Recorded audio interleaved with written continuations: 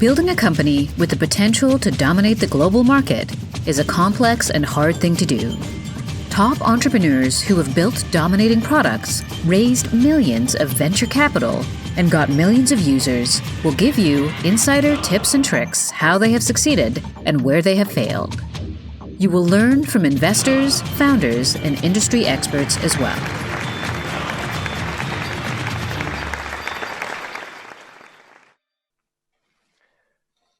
And now we'll start with the first panel, and it's called Distributed Teams Unleashing the Superpower.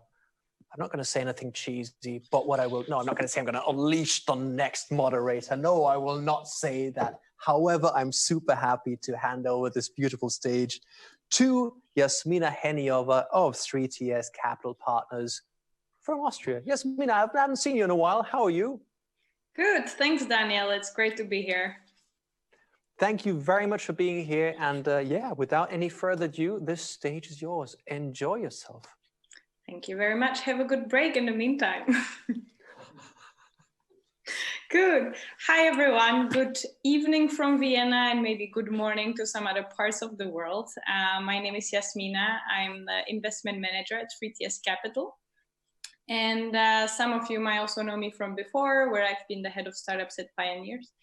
And this is the first time for me to actually moderate an online panel discussion. So I'm really excited about that. I think a lot of us in the last couple of weeks actually experienced a lot of online work, remote work, online events. Some of us have been used to it before. Some of us, it's been the first time. And I have to say from us at 3TS, this fully remote work was the first time that we've been really fully remotely like that. And it was an interesting experience. It went quite smoothly. However, there were also some challenges. And so it's great today to have 4 speakers at this panel who are actually pretty good at managing remote teams and dealing with situations like this actually all the time, and not only when there is a COVID-19 crisis. So without much further ado, I would actually like to introduce the 4 speakers to you. And I will give them a word so that they can say something about themselves. But in a nutshell, we have here Jessica Alter. She's the founder of Tech for Campaigns. We have Adam Berke here, the founder of WorkPatterns. We have Chris Finneral, the founder of SketchDeck. And last but absolutely not least, we have Andy Schafer here, the CTO of Entelo. Welcome, everyone. Glad to be here. Thank you. How are you doing? Doing great. Yeah, so all 4 of our speakers are actually in the US. So they have a little earlier hours than over here in Europe. And it's great that you could have joined us, guys, for this talk. And maybe cheesily, let's do the ladies first. And Jessica, maybe you could tell a couple of words about yourself and your experience with managing distributed teams. Sure. Thanks, Jasmina, and thanks for the organizers for making this happen. My background is I've been in startups for the last 13 years, and either as an early employee or founder.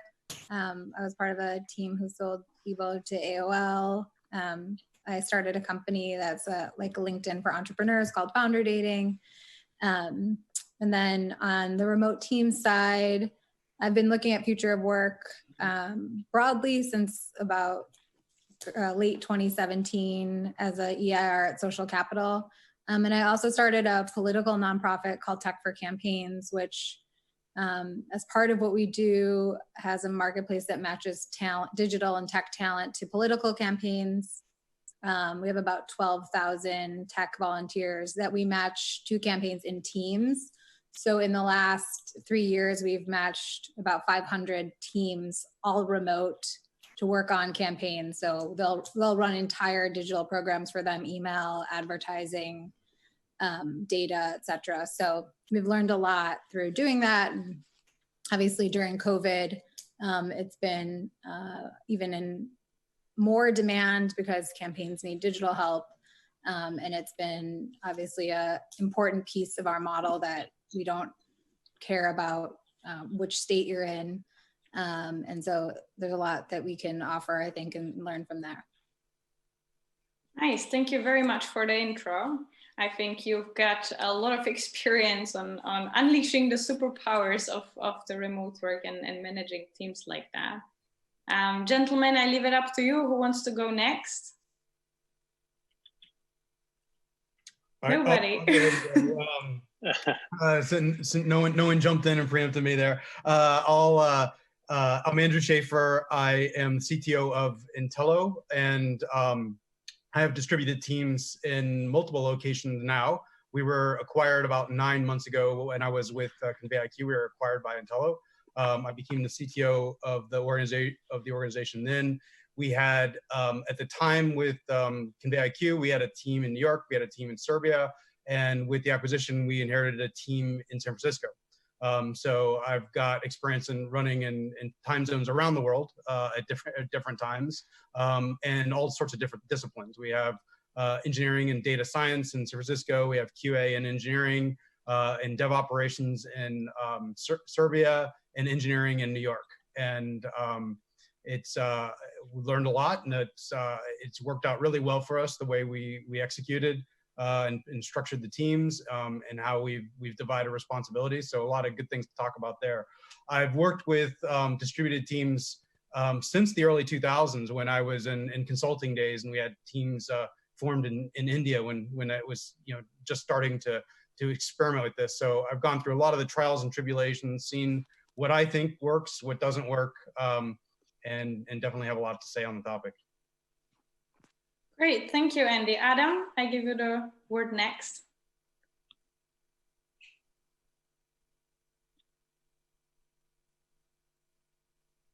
You're muted.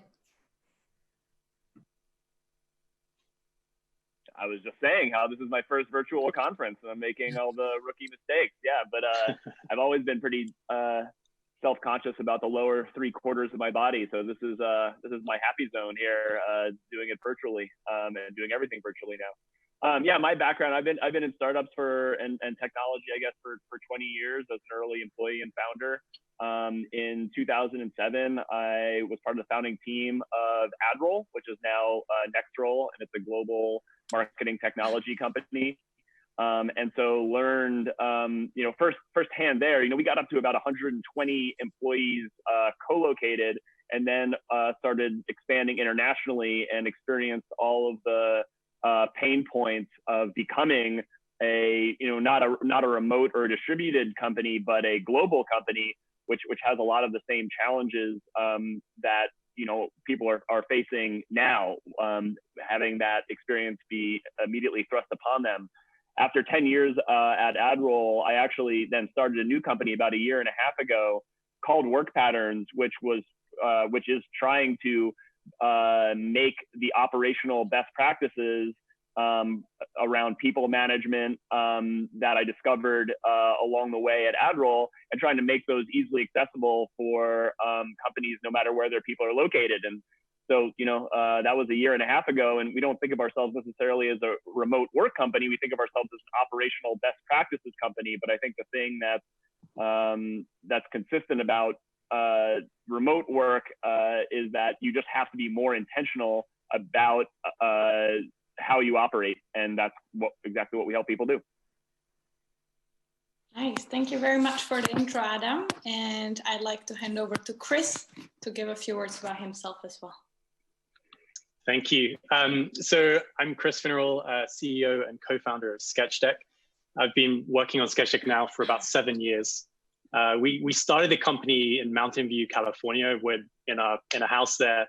But we kind of quickly learned that despite some really great things about Silicon Valley, it's quite a hard place to kind of build and grow a team, especially because of it's a very expensive place to be, and it's like what we kind of found is that some of the best talent is outside of that area.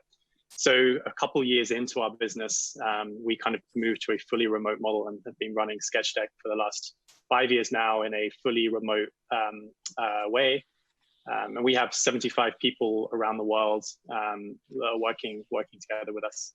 And just to give you a little bit of background on what SketchDeck does, We provide graphic design to marketing teams. So we have a tech platform that kind of coordinates the projects and provides feedback and stores all the projects that you work on. And then we also have a team of designers that are all around the world that help design and deliver amazing design for our marketing teams that we work with. Thank you, Adam. Chris, sorry. See, it's actually an interesting experience to be moderating this way because you don't have the people around yourself. You can't really feel people. I feel it's really different. But yeah, I guess this is the digital world we're moving into. And you guys have great experience working with teams like that. And personally, I cannot imagine that. I think it requires quite some practices and quite some knowledge to know how to actually do that. And maybe the first and rather obvious question would then be, what are the advantages of working remotely? Like, why would teams actually do that? What are the pros there?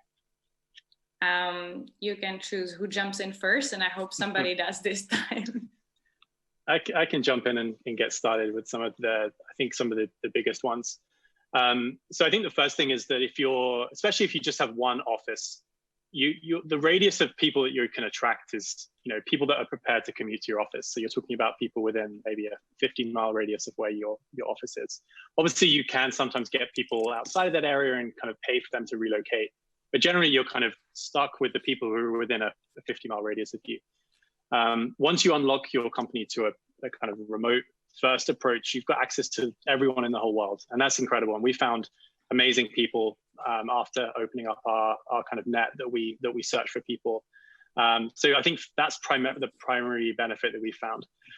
I think the other ones that come to mind as well is that, especially if you have a good team, like it basically empowers them to work in the way that they see best.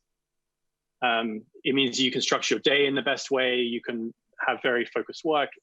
It's just a great way of working. And we found actually that the productivity that we get from our team and the overall happiness of working here has increased since going fully remote as well. So those are two of the things that we've really found from doing this.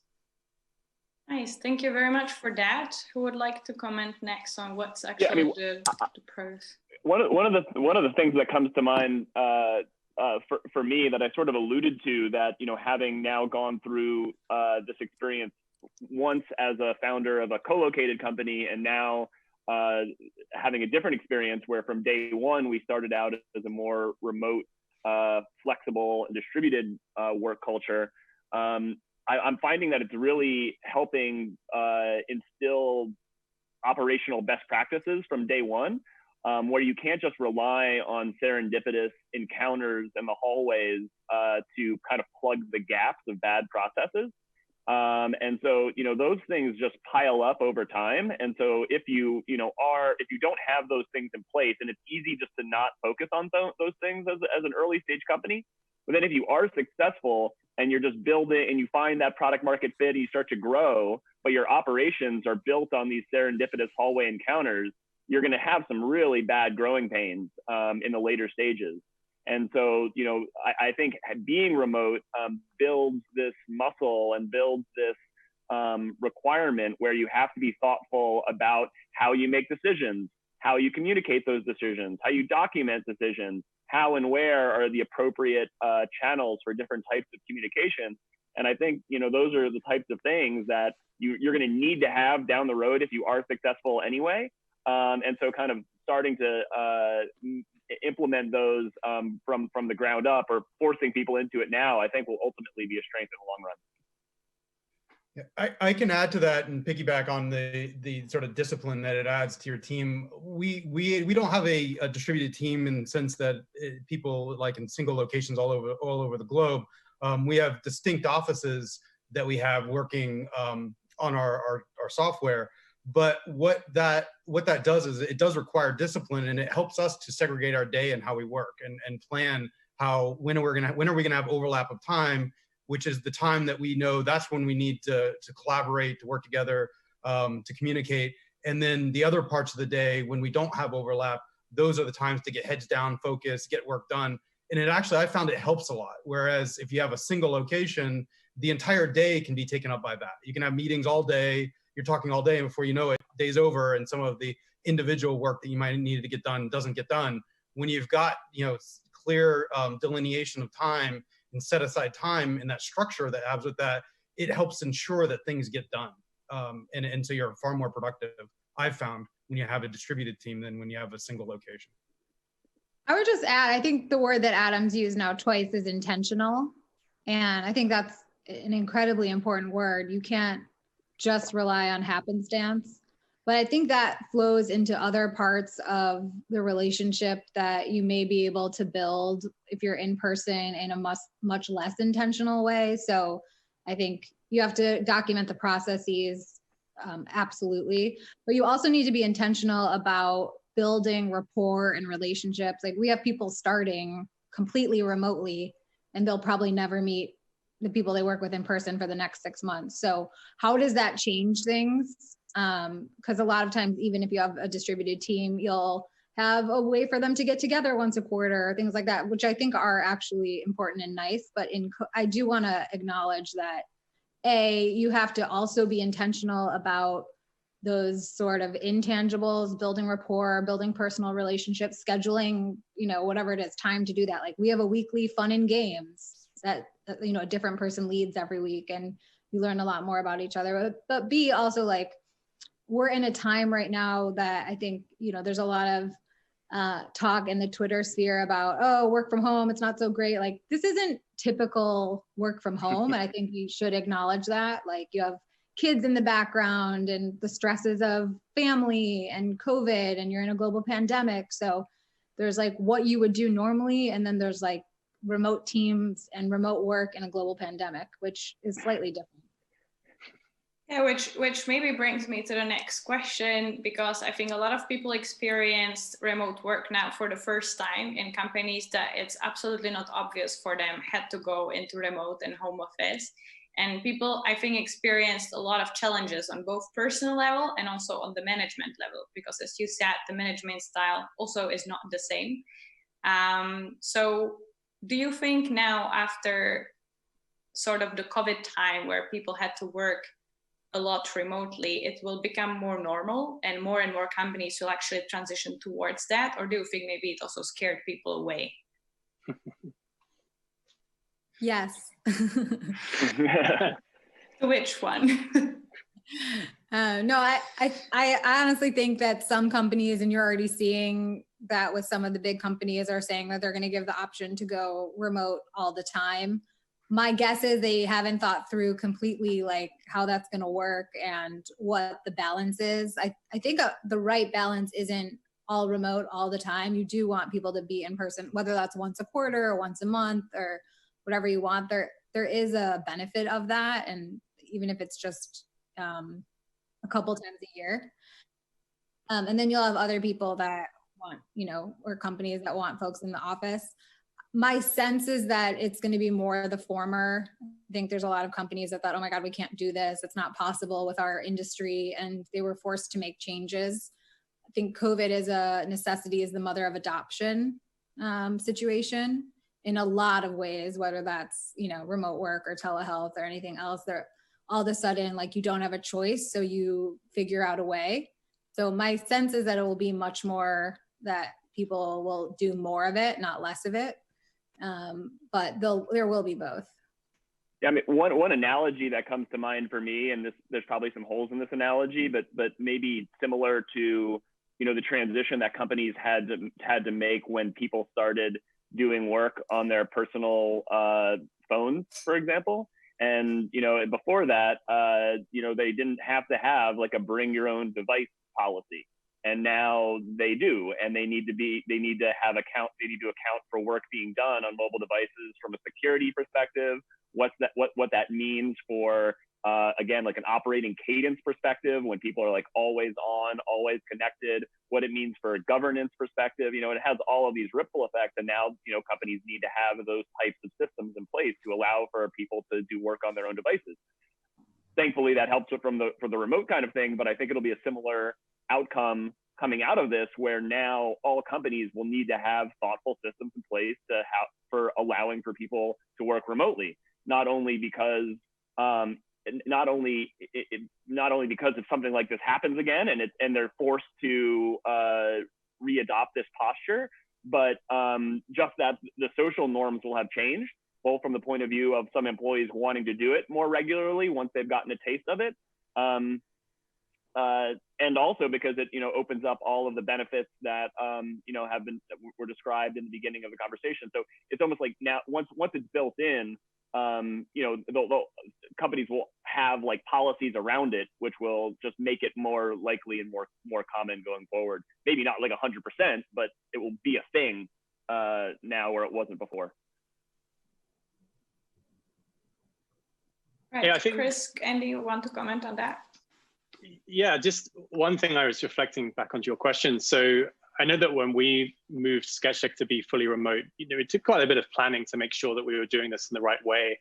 And even at the moment where we went remote, it still took us a few quarters to actually get things working smoothly. There's definitely some kind of pains that you experience along the way. What I kind of think about is that, as COVID-19 has forced people to go remote, a lot of people have done that without the planning that they might have had otherwise. So I think you'll see a kind of a bifurcation here. Some companies will go remote and go, wow, this is amazing. And then they'll do things like Twitter has done and said, hey, we can go remote forever now. But I think other companies will go, this was so painful, we have to get back in the office. And that might actually put them off going remote for a while in the future. So I'm not sure which one will win out there, but I think you will see those effects. I think maybe the only other thing I would say here is that for companies which have gone remote and have felt some of these pain points, that's natural, at least for us. We definitely felt pain points along the way. So I'd recommend not giving up on it too quickly. I think there's definitely a lot of benefits. What were the top pain points? For us, I think some of the kind of, building the culture within a team, there's a lot of, we've already talked about serendipitous moments, just like those kind of moments where you meet people, you build relationships. That happens so naturally when you're in the same space. When you're in a remote setting, it's very hard to do that, at least if it's not thought through. So that was definitely something we had to work on, and I can touch on later about some of the things we've done there. I think sometimes with more junior colleagues, when you bring them on, they often need a lot more hand-holding to kind of be trained in their role, and kind of they often look to other people in how they should do things. Again, that's another thing that's hard to do in a remote setting. And then there's definitely been some other ones. I think things like onboarding as well was just a bit more tricky in a remote setting. But those are some of the ones that come to mind. The cost savings are going to be hard to ignore, especially for smaller companies and smaller budgets. When you've got maybe a main office in San Francisco or New York or other expensive city around the country, and real estate can take up a big portion of your budget to have an office, to sort of break free from that and see that and maybe realize it's not necessary is going to be very hard to ignore. And I think that is going to be a strong driving factor for a lot of companies to maintain this. And it may not be even fully, it may be to get a smaller office that doesn't hold the entire company, but is there if you need to come in and meet with customers, or you need to come in and meet as a team, but doesn't necessarily have a seat for everybody. And figuring out sort of ways and how that might work. But the cost, I think, is definitely going to be a factor that plays in now that people realize that it's okay to work remotely.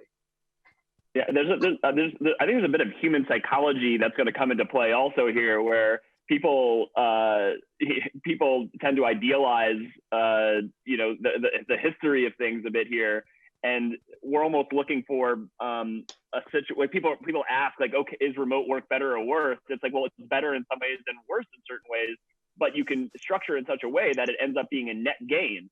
And so I feel like there is a bit of this, and Jessica mentioned some of the hating on it, as it becomes popular to have that kind of response, but and poke holes at certain things that are worse. But like, I don't remember people loving, like, oh, I love just being in these like endless meetings all day in conference rooms. And so I think after we do come out of this, like, people are going to be like, oh man, I miss when I was quarantined.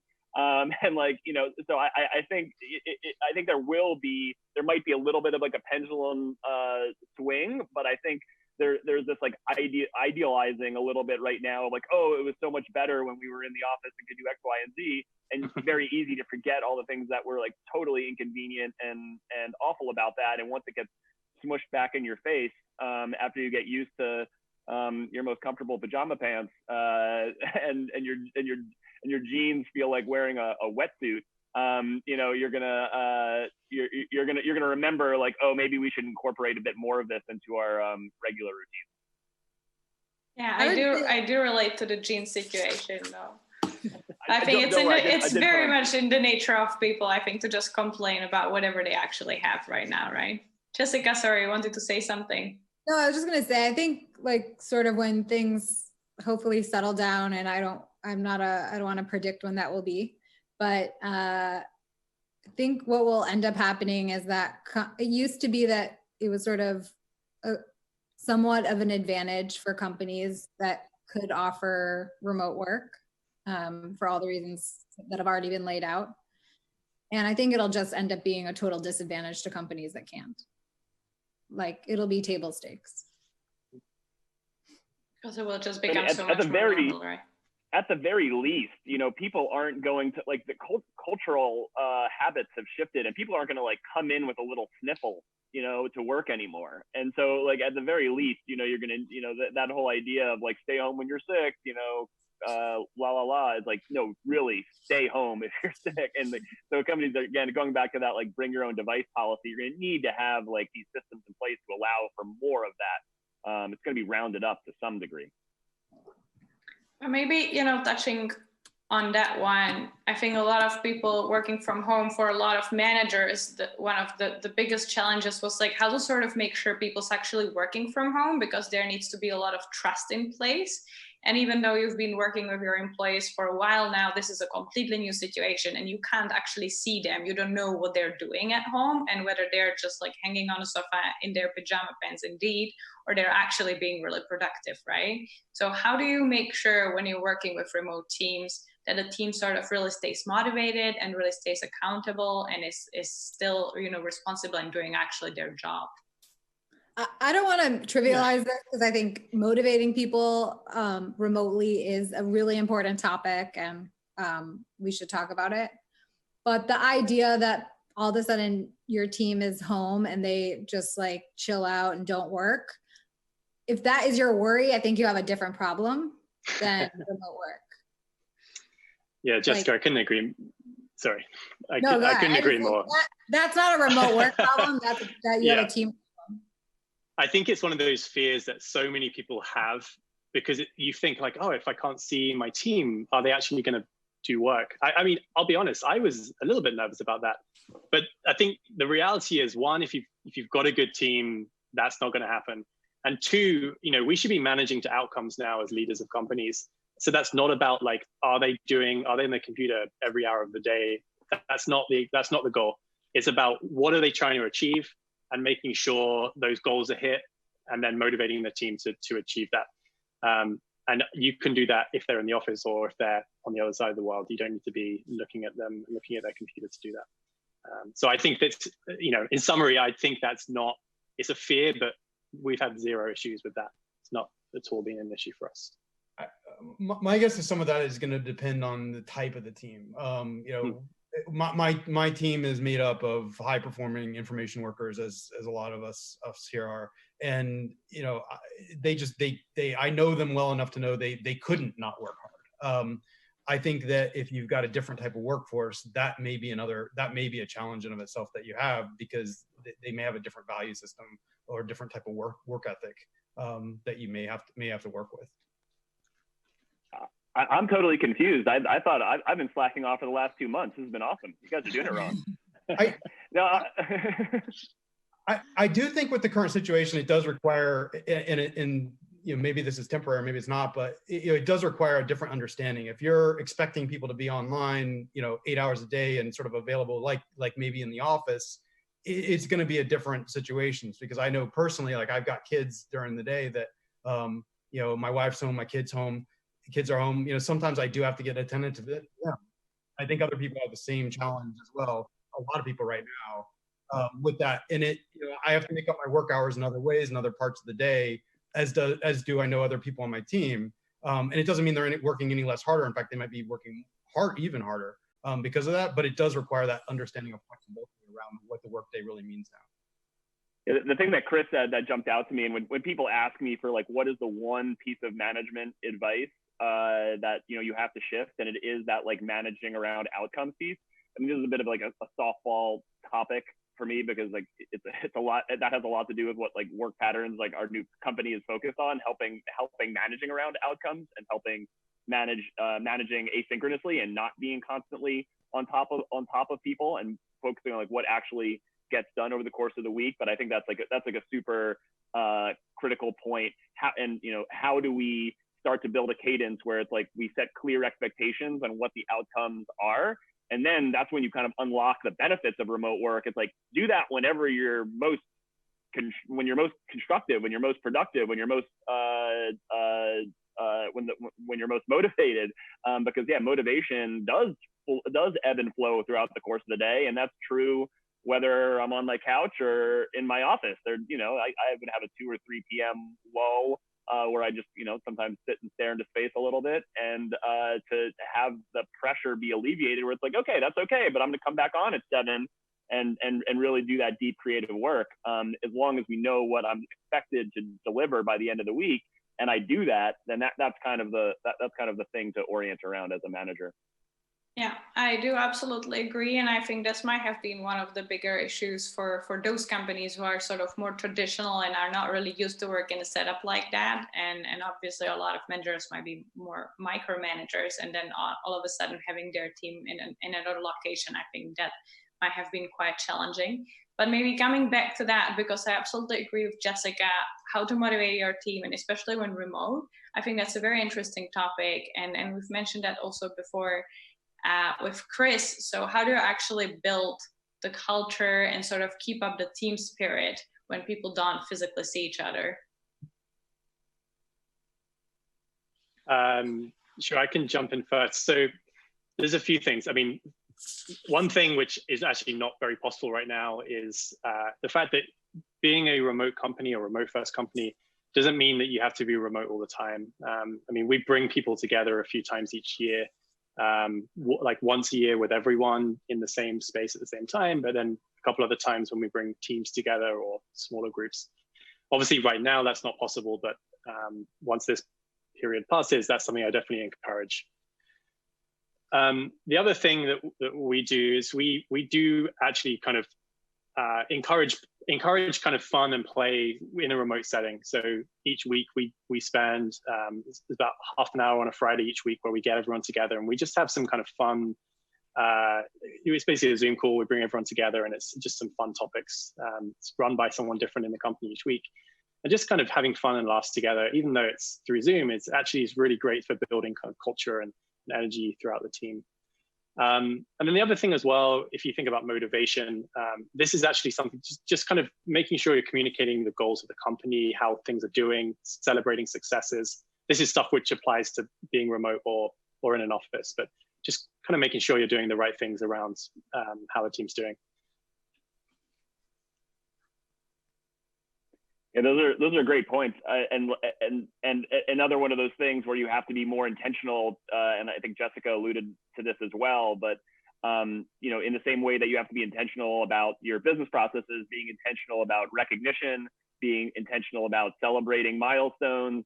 I've been definitely very thoughtful about what are the milestones that we can probably hit in a 2 to 3 week interval, so that we have an occasion to have a casual. And I love Chris, that the idea of the kind of the more casual, even if it's yet another Zoom meeting, if it's just a little more casual and no one has to prepare for it necessarily, and people could even be having a beverage on the side and be multitasking or whatever.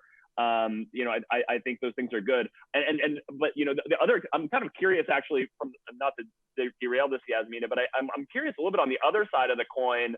I think there was already this challenge prior to remote work where people had a hard time disconnecting because Slack was always available, and your day, you could leave the office, but your day could just extend indefinitely. And now I'm worried about that kind of being even maybe tuned up even more. So, there's the unmotivated worker, which we talked about, but how about like the hyper motivated worker who already had a hard time turning off, and now there's like no even natural boundary. Have any of you guys kind of faced some of that? And I could see how that could have like a ripple effect on the team. Like if there's one person who's just like cranking stuff out at like all times a day, that could create some like weird signaling risk or some weird incentives. I don't know. I'm curious if other people are seeing that or concerned about it or doing anything about that at all. I worry about that even more so when sort of life comes back to normal. I mean, I know a few people on my team that are like that. In some ways, I think it's actually helping fill some of the boredom for them. And I do watch that because they're in locations. For example, in Serbia, they had lockdowns that you had to stay indoors the entire weekend. Like you could not come out. And so in some ways, I think people have used that to help fulfill gaps and in their normal schedules. When things resume and there are more opportunities to do other things and enjoy life, and as such, I do worry at those point in times how this is going to affect people to a greater extent.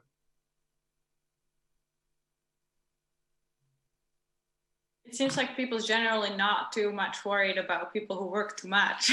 No, I think for me, the silence is I haven't cracked the code on how to do that. You can't like mandate people take breaks. Doesn't feel very relaxing. So I think this is an important topic that I don't feel like we've cracked the code on. The individuals who I think are most at risk of that, I try to pay attention to personally and make sure and like encourage them one-on-one, but systematically, I don't feel like we've done anything that is like the panacea. Did you have any good takes on it, Adam?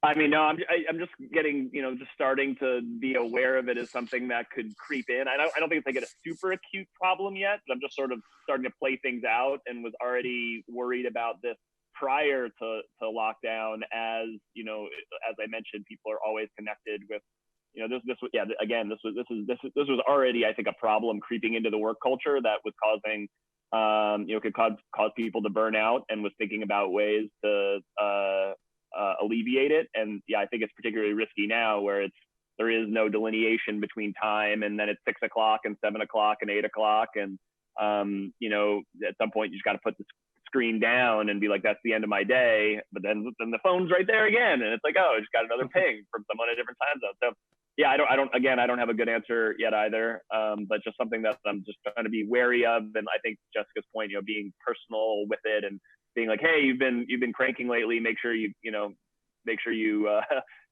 take a walk type, and just letting people know it's okay and encouraging it is probably a good first step.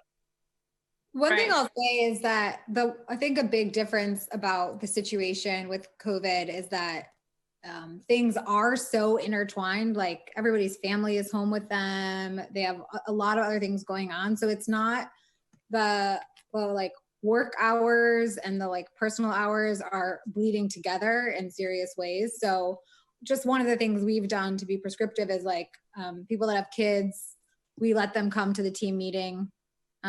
We also like just to involve them, we've done, and this happened organically, like we'll do an AMA with someone's kid each week. It's just like on the phone, on Zoom for 5 minutes. And honestly, there's a couple benefits. One is like, it shows that we understand that like, this isn't necessarily just clean lines. Two, I think it like shows everybody that, we're human and things are going on. And three, like honestly, hearing from a 4-year-old on an AMA usually makes people smile. So just like 5 minutes, highly beneficial all around. It's hard to say like, okay, it's 6 o'clock, stop. It's more like, I want to be understanding that like from 11:30 to 2, you have to be on a Zoom call with your kid's teacher. Right. Yeah, I think this is great. And some of these best practices, I think, could be very inspiring for other people to use as well. Do you guys have more such practices to share?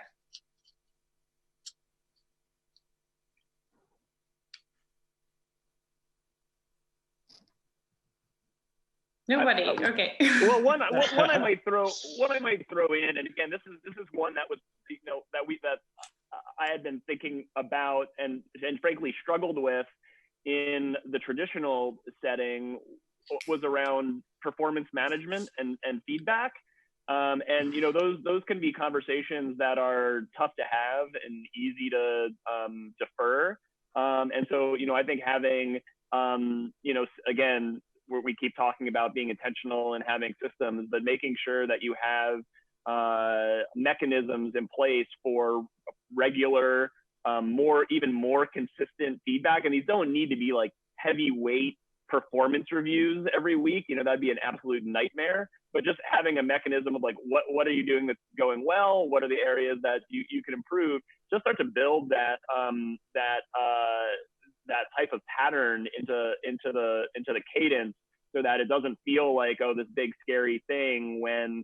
And also when you're not getting that direct contact to know, like, how am I doing? Like, people can just get so in many ways they want to hear that, like, just to orient where they are. And even if some of the things are constructive feedback around where you can improve, that takes a lot of stress out for people. It's like, okay, I know where I stand. I know the things that I'm doing well. And yeah, this doesn't need to be like super heavy performance reviews, just making sure maybe in your like one-on-one that you have like a regular cadence of feedback. Where maybe every other week we're going to do a quick round of bi-directional. We like the prompts like, I like that you, and I wish that you. And those are just kind of like just quick and easy ways to start the conversation.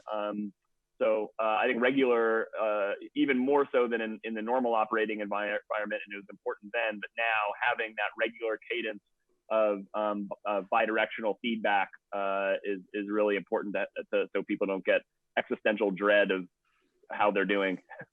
Adam reminded me in his comments, a tool that we started using pretty early on, and I had a couple issues with like departures in the organization, and it obviously frustrated me because it was not even seen coming. And in the office, oftentimes you can read body language, you can get a sense of things, and you can't do that as easily in a distributed environment. So we started using a tool, I'll plug it at 15.5, but I'm sure there's several out there that you can actually get a pulse on the team, and they can sort of rate how they're feeling, and it asks a set of small questions. It's meant to do fairly quickly, so doesn't become a burden like a status report. But looking at that, I can start getting a feel of how are people feeling, what's happening, what's on people's minds, and it allows you to manage to that and react to those things that gives some echo that you might, if you were seeing people face to face, that you might see. And it sort of gives some of that insight that isn't as easy to get in a distributed fashion.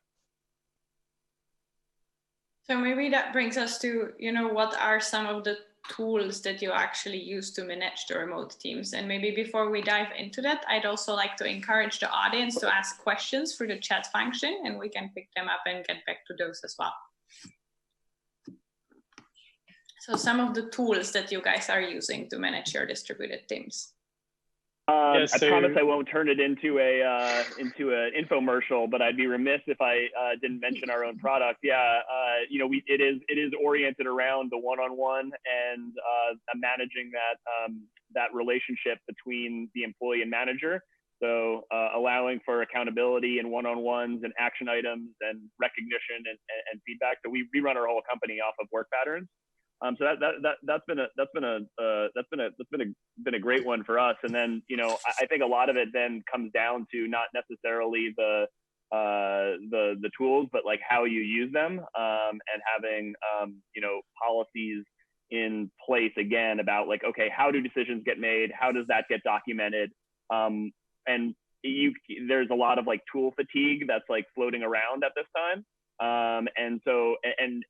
But if there's ever been a time to revisit the tools that you have, now would be a time to do it, because there might be tools that you're using that were relevant for a different operating environment, and now we're in a different paradigm. So good time to kind of review some of those things and have policies so people know, like, oh, does this go in a Google Doc? Or does this go in WorkPatterns, or does this go in Slack? That's been something that we have to kind of build up a culture around. One thing that we've done recently, and it's not a tool, but I think it is a really important conversation. It's probably something that we should have done in person, but we do it now for all the teams, is like communication norms. So like, I don't like for you to Slack me something that I need to review because I have like 18 Slack things and I'll just miss it.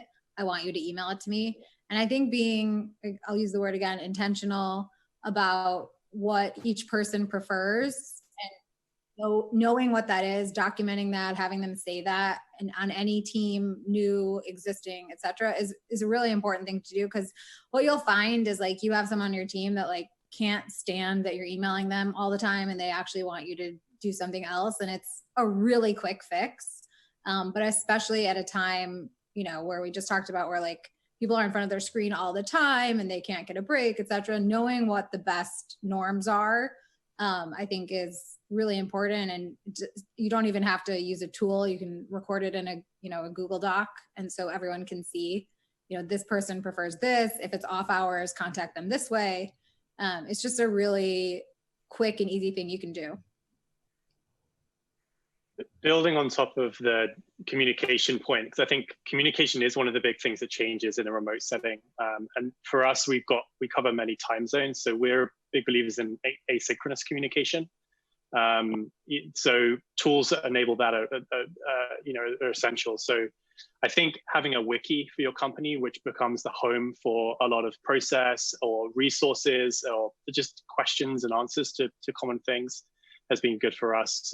We personally use Notion, which I know has exploded in popularity. It's just a great tool, but there's other tools out there that do similar things.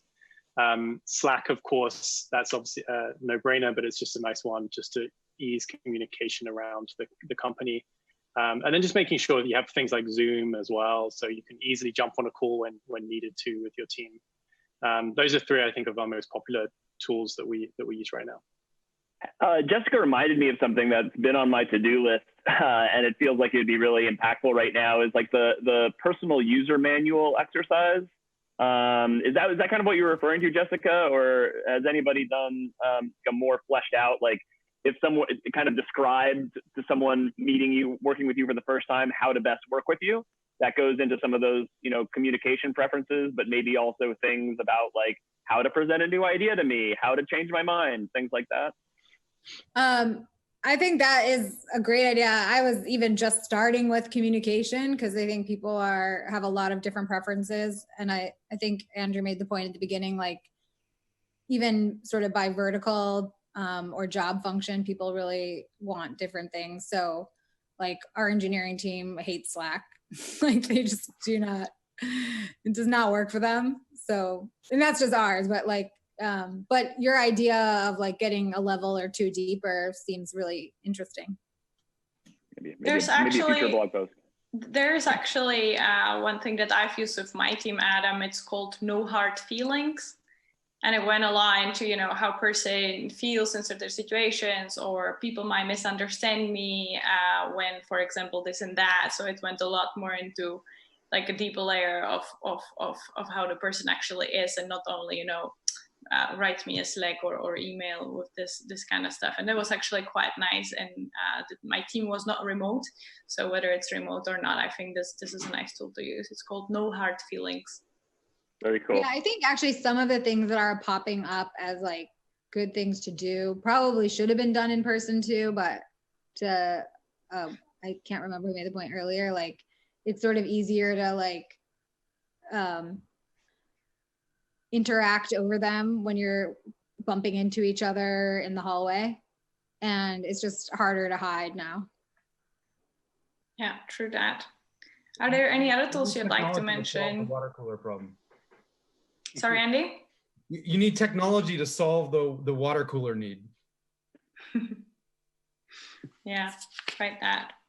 Well, we still don't have any questions from the audience, but I'll make a plea for a tool I would like, which is I think like there's a lot of tools that help manage payroll, but if you're hiring people in other countries and other states, like it's still actually very difficult to manage the whole process there, and including like the legalities of it.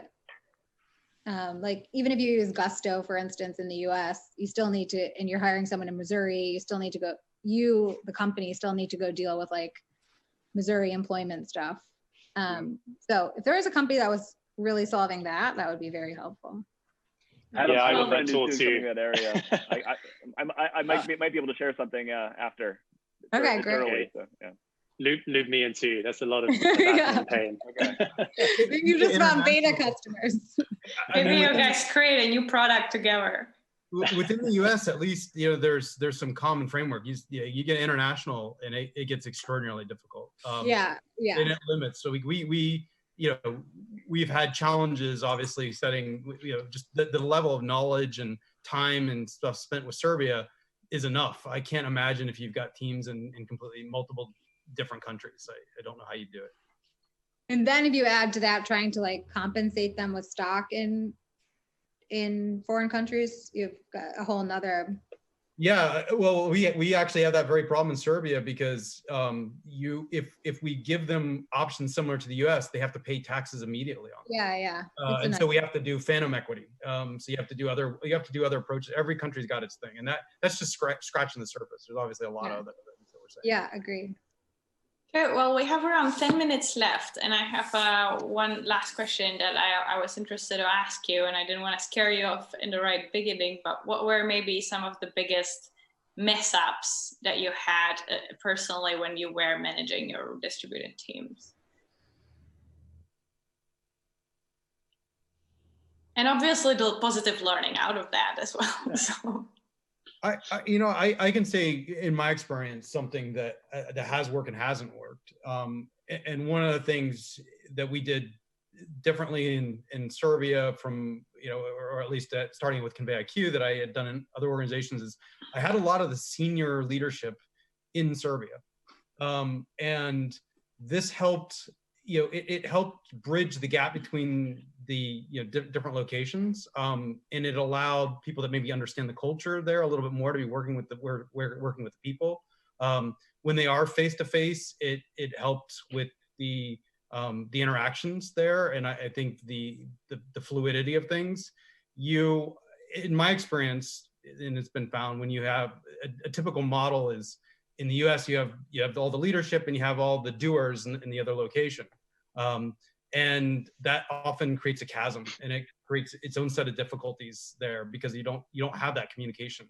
And when we structured it that way, I saw an immediate improvement in productivity, immediate improvement in sort of response, and overall motivation of the team. And the experiences I've had have bridged different years. So maybe now technology and other forms of working have sort of improved those, some of the challenges that I saw. But I will say it worked for us in doing it that way.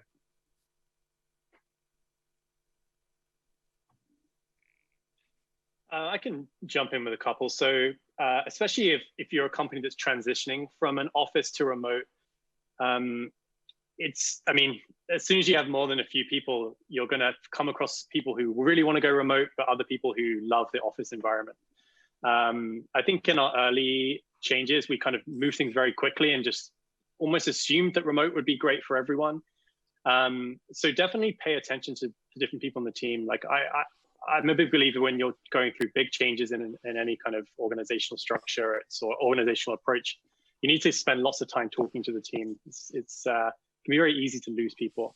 So we fortunately caught that stuff.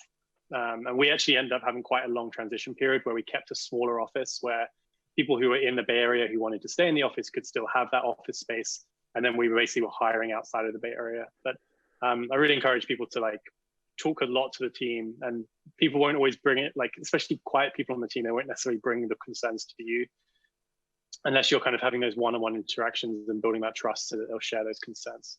So that's one thing, we found through that process. With our campaign teams, it's actually one of the interesting things now is that everybody uses Zoom and everybody uses video for Zoom.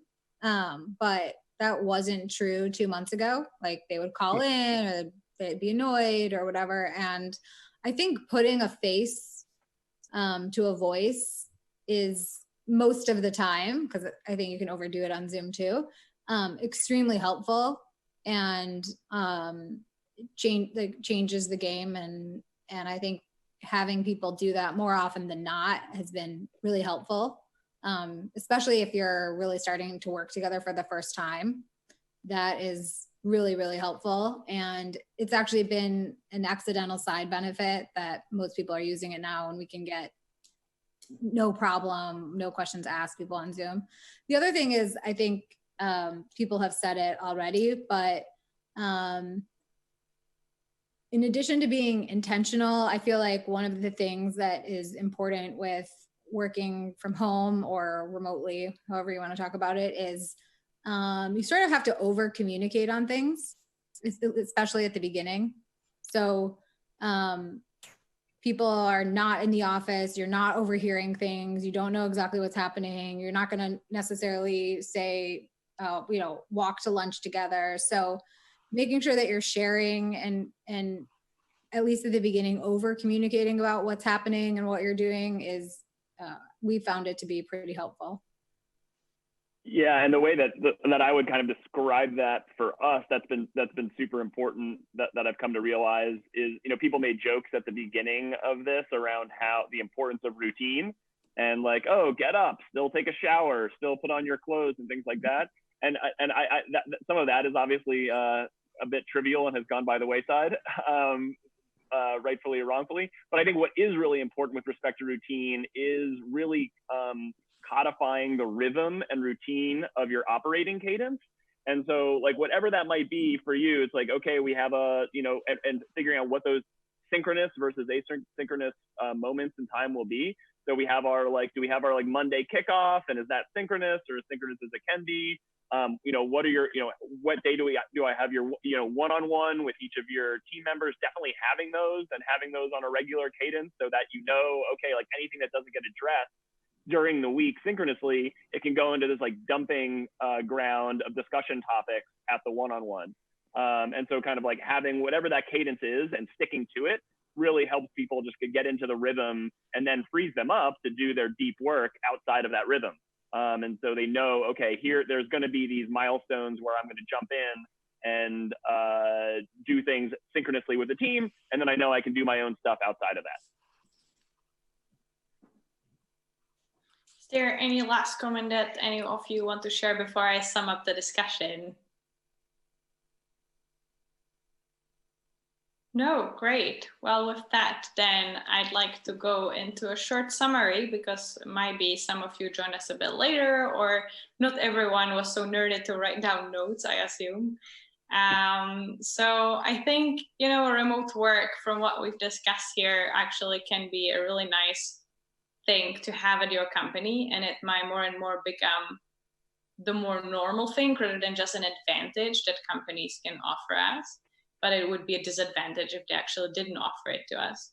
But what was also important to actually keep in mind that regular remote work is not the same during the COVID crisis and when there is no COVID crisis. So actually the COVID remote work for a lot of companies, this was not how a regular remote work would actually look like, which is something good to keep in mind for companies who might be thinking of transitioning into remote and maybe have sort of scared from this strange situation. I think a word that we touched a lot on was intention.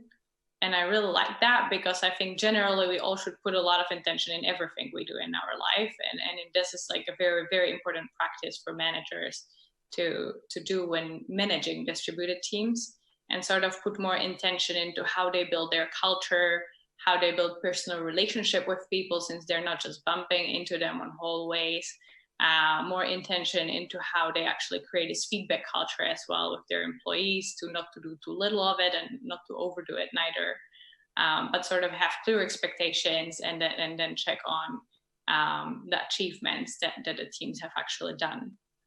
And some of the best practices that we've mentioned today was also, even though you work as a distributed team, it might be a good idea to sometimes bring the team physically together, have some fun activities online, whether you have drinks or maybe some sort of games, and let also people actually take ownership and lead those.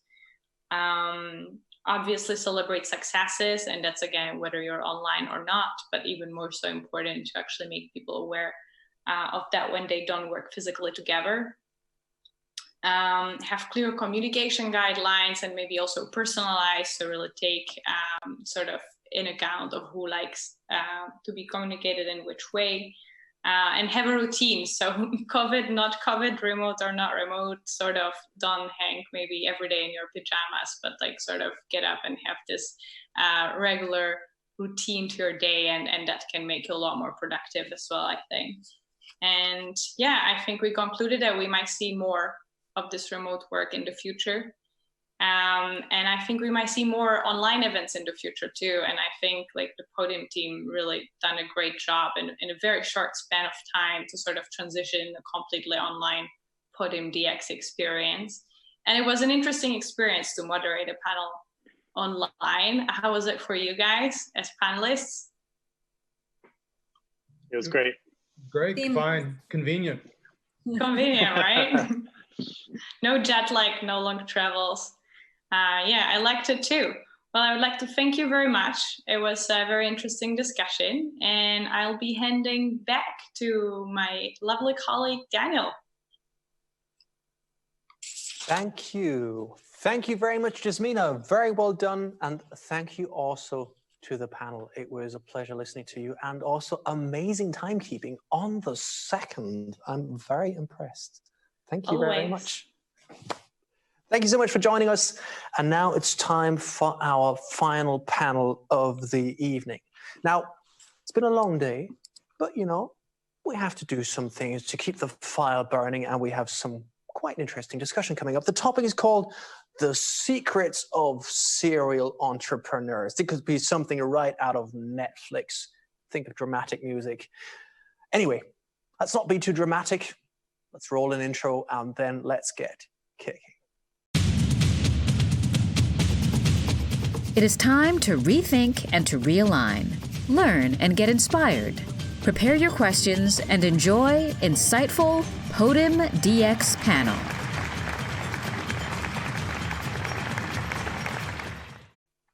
And we are back. What an amazing intro. Intro number 28 of today. No, I actually didn't count, but I'm assuming it must have been something around that, but it never gets old. I'm actually enjoying myself. I've got three gentlemen lined up for this conversation. I'll just say the names of the three of them, and then we'll introduce them a little bit closer.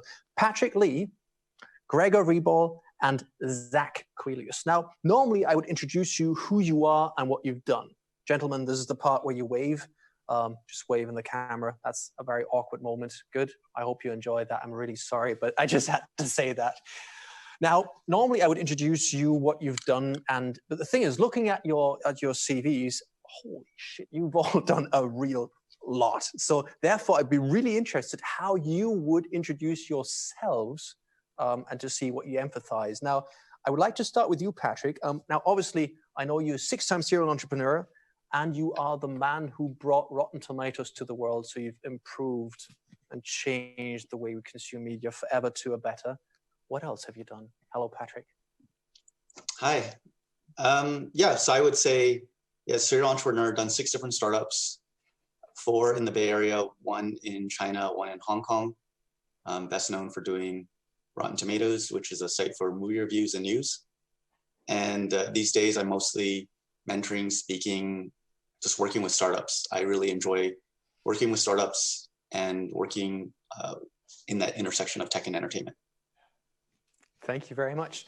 Zach, how would you present yourself? Now, I know you are only a 4-time entrepreneur, so I'm just kidding. That's amazing, but tell us who you are and what you do. I like to say that I'm a washed up entrepreneur, but I washed up on the beach that is investing, and I'm not planning on leaving because the beer is cold and it's a much easier job than being one of those guys out in the storms fighting the brutality that is starting companies. But yeah, so now I spend my time working with startup founders, investing, advising, helping them out, sort of being on the sidelines while they do all the hard work, and I get to enjoy part of the credit. That's a good picture as well. Gregor, we met yesterday, but tell our audience who you are, what you do as well, for those of you who haven't met you yesterday. So yeah, also started a couple of companies, was lucky that some of them were really successful. So also transitioned from, engineer to entrepreneur and then to investor.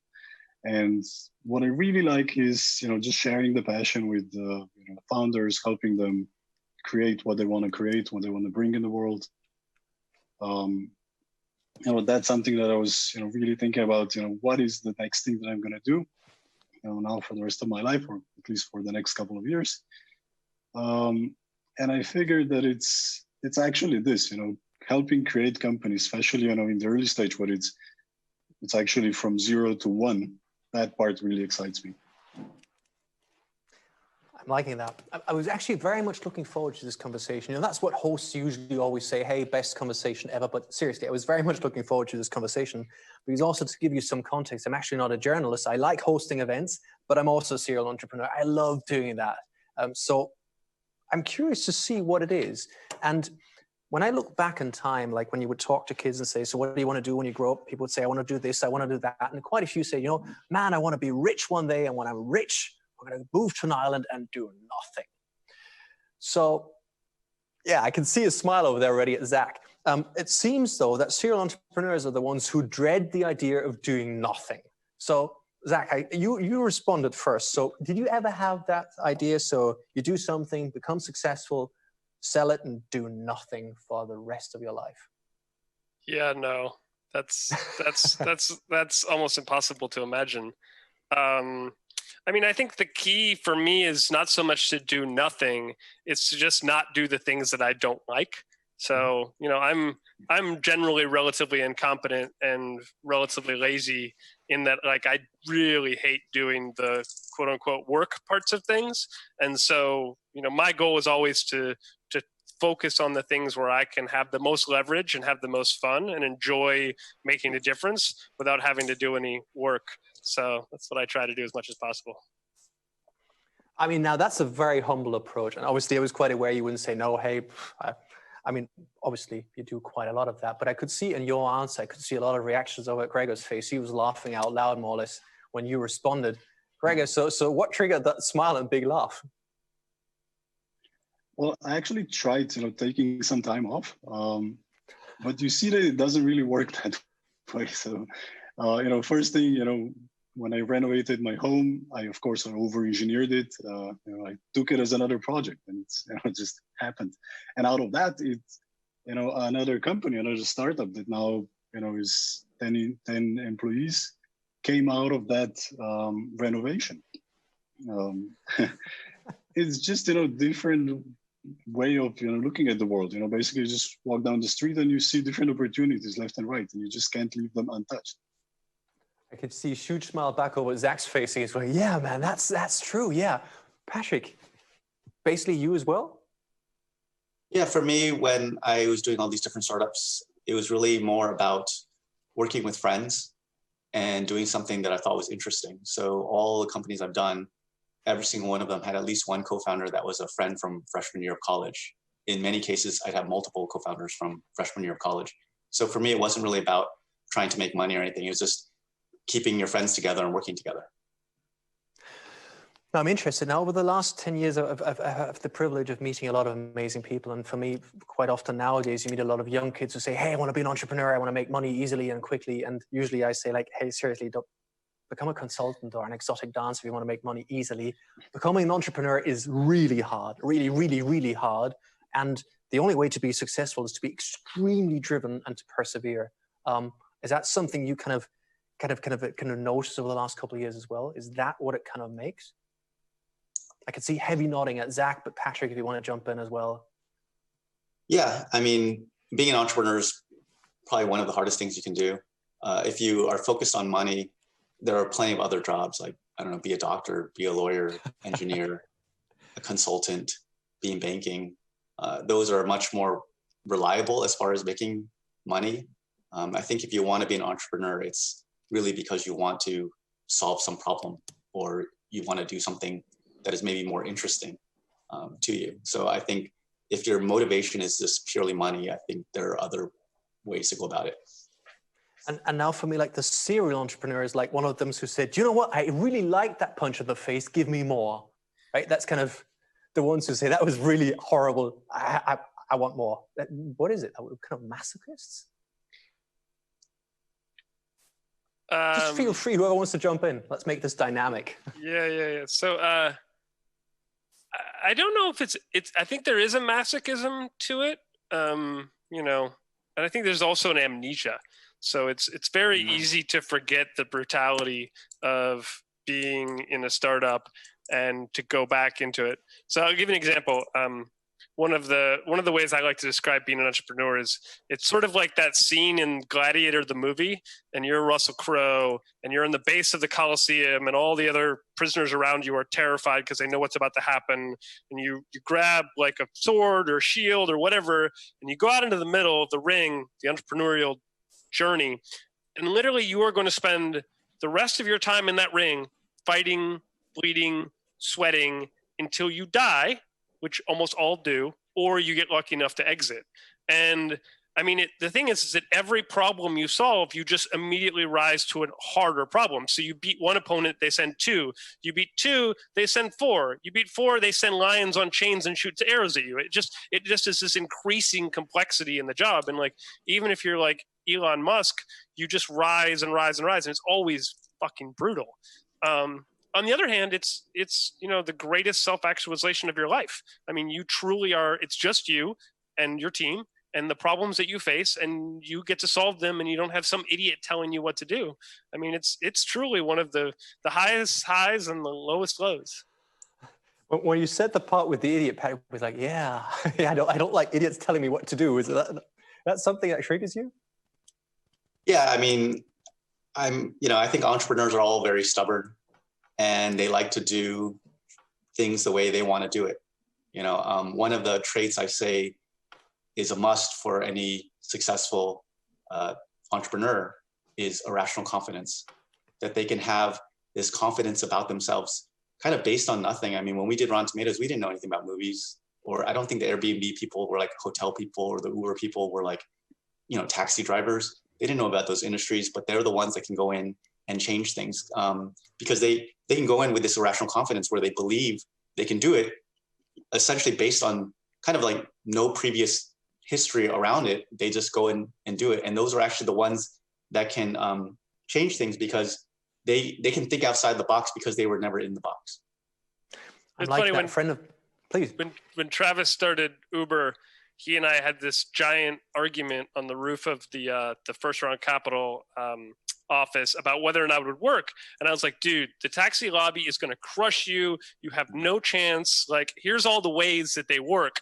And like started going down the list of all the like really deceitful, bullshit, cheaty ways that those organizations really kept competition out of these markets.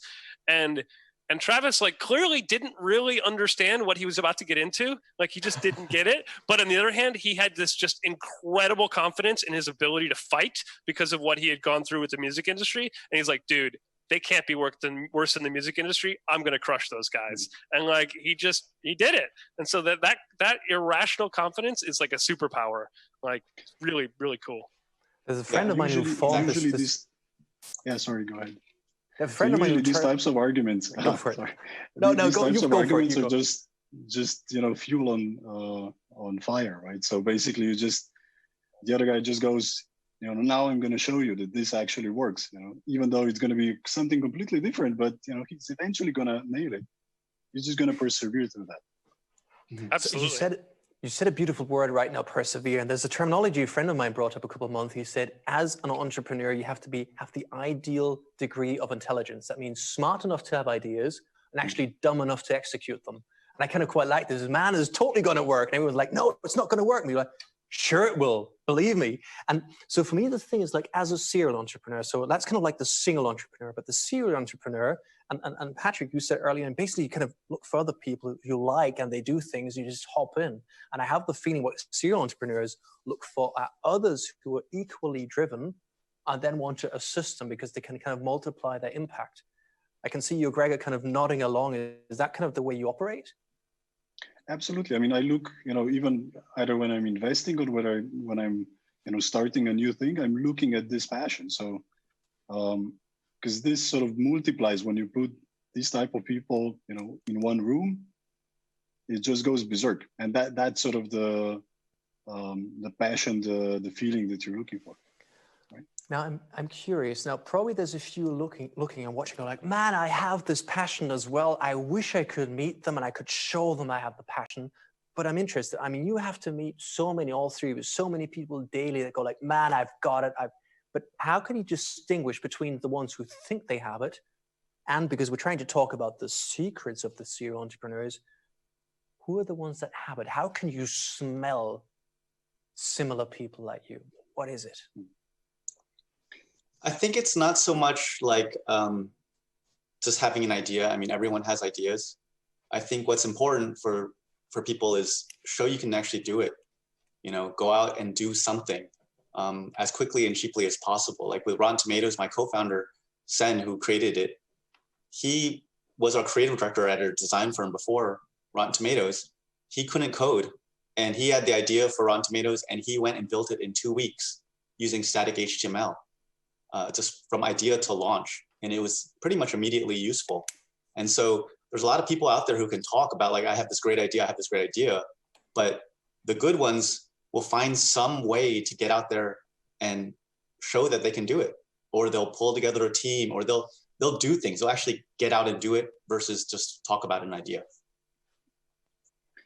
I think there's a sort of chemistry that you feel, right, when you talk to a person.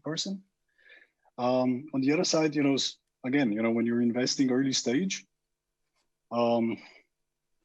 there's this click at one point, when you see that, if somebody's just pitching to me and he's staying in that pitching mode, I hate that, because basically you're not really, getting to the real challenges that you're facing, right? So, and what I really wait for is that through brainstorming and through working with, the team, you get to the point where they actually are open to, okay, you're right, these are some challenges that we have. Now, do you have some ideas, or we have these ideas how we could address that, and you can really start working with them. So that's another trait that I'm looking for. Zach, I can kind of see you looking down, like, yeah, absolutely. I mean, so you think about the entrepreneurial journey, to go back to what Patrick was saying, and it's really about identifying a problem in the market that's very real, that whatever it might be, whether, doesn't really matter. And then identifying a solution that you can actually build, like not with, I give you $1 million, you go build it, but you can build it with what you have today to basically go put something into the market to to validate the fact that your idea was correct. I like to say that, like, ideas are totally worthless. I mean, I hear them all day long. I don't give a shit. Like, what I care about is validated ideas. So you can basically prove that somebody really cares. And so what I like to say is, if you can cold call a customer at 9 o'clock at night on their cell phone while they're putting their kid to bed, tell them what you do in one sentence, and instead of having them say, fuck you, they say, oh, I want to talk to you, let's talk tomorrow, you have something. But until you can get to that point, like, keep working on that. Keep searching for that vein, because once you find it, that's when the real sort of scaling magic starts to happen. I'm liking that picture a lot. Patrick, you kind of nodding heavily. Is that something you would advise people to do as well? Yeah, no, exactly. There's a ton of people you'll meet that are like, oh, I can prove my idea if you gave me money. And it's exactly what Zach said. It's show that you can do it without money. Do it with the resources you have. The example I like to give a lot of times is, like Craigslist and AngelList, the reason why they have list in their names is they both started as mailing lists. And like literally anybody can go out and start a mailing list in a day, zero cost. And then you can use like email and Google Sheets, pair that together and just do everything manually and show that people want whatever it is you're doing. And then once you can show people want it, then you can raise some money. Then you can start like automating it. But a lot of folks are just like, I have an idea, give me money, then I'll hire a team, then I'll build it, to find out no one wants it. And that's a strategy a lot of people do, but I think it doesn't work that way. And that's not the folks that I think make good entrepreneurs. I think that's the secret of a real entrepreneur, is that they can take the resources that they have and they can get traction with it. And if those resources are 2 sticks, a stone, and a piece of string, they'll figure out how to make it work. It's really like a unique character trait of people who are truly resourceful. But I think if there's anything that I look for, it's that critical. I just want to jump in here. I find that quite intriguing because, I mean, obviously the title, the secrets of serial entrepreneurs, there could have been a lot of yada, yada bullshit talk. But for me, we've identified very clear traits. So we kind of said, okay, as an entrepreneur, well, you have to be super driven, right? That's what we said, number one, super driven, really passionate about what you're doing. But that's we're all driven in a way, right? What I liked a lot was saying, well, okay, as a serial, no, as an entrepreneur, let's stick with it though. What's extremely important is having a high degree of, let's call it stubbornness, but at the same time, a rational confidence, saying, you know what? Sure, I can do this. I have no clue, but I'll figure it out. But then what I also like is not just having the ideas and the action plans, but actually making it work with whatever I have. And many years ago, I read that entrepreneurship is taking an idea and actually making it work, turning into an economically viable good. And what I like so much is, and I meet so many that say, hey, look, I'm looking for 50K to prove. I'm looking for 20K to prove. But we're saying right now, as an entrepreneur, you can do whatever you have with what skills you have at hand, and then also start going all the other steps, right? So basically you're saying, don't approach me if you can't prove it works. That's probably reducing a lot of emails in your inbox right now. People are going like, man, I have the next, fuck. Okay, good. So, but that's again, so no pressure on you, but if you have something and you can prove it works with whatever tools you have at hand, then it works. But the funny thing is, as a serial entrepreneur, the tools we have at hand are a little bit bigger, right? So we can prove that things we believe in at, let's say, a higher pace. Is that maybe also something that makes this whole part even more interesting? Yeah, absolutely. I mean, so think about Elon Musk. I mean, I think he's a perfect example of the sort of fantastic serial entrepreneur. And if you look at his career, it's not just, one SpaceX after another. He started when he was a kid building small things, and then he built bigger things, and then he built bigger things, and then he built bigger things. And I mean, he is truly a fantastic creature. I mean, he is attempting to take us to Mars, which is unbelievable.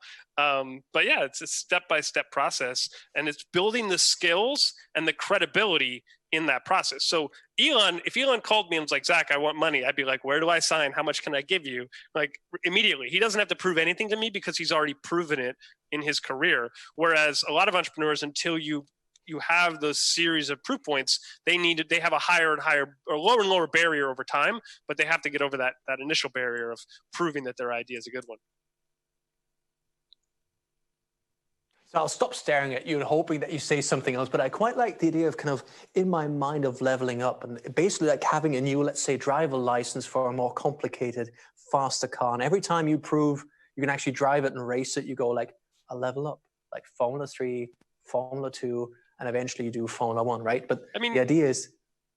Yeah, you see that a lot in Silicon Valley, right? So if you're an experienced entrepreneur and you've built a successful business, so if Patrick showed up at any VC firm on Sand Hill Road tomorrow and is like, here's my idea, he literally would just be like, it doesn't matter what he said, they would just write him a check.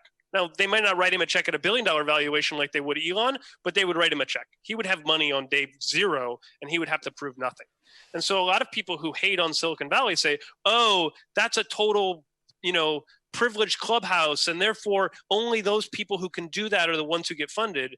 And I say that's bullshit, because he got there as a result of the steps that he took over the course of his career, the things that he built to prove that he's capable of achieving great things, just like Elon. And I think that's the thing that a lot of people miss is they look at Silicon Valley and Sand Hill Road as sort of the starting point. And what I say is that's many, many years into the process until you can get to that stage. By the way, quick fire question just now, because you mentioned the word Clubhouse and Silicon Valley and whatnot. Is that kind of what's happening with Clubhouse and Andreessen Horowitz tossing in early on? So, I mean, I've been on that app for a couple months now, and it's truly amazing.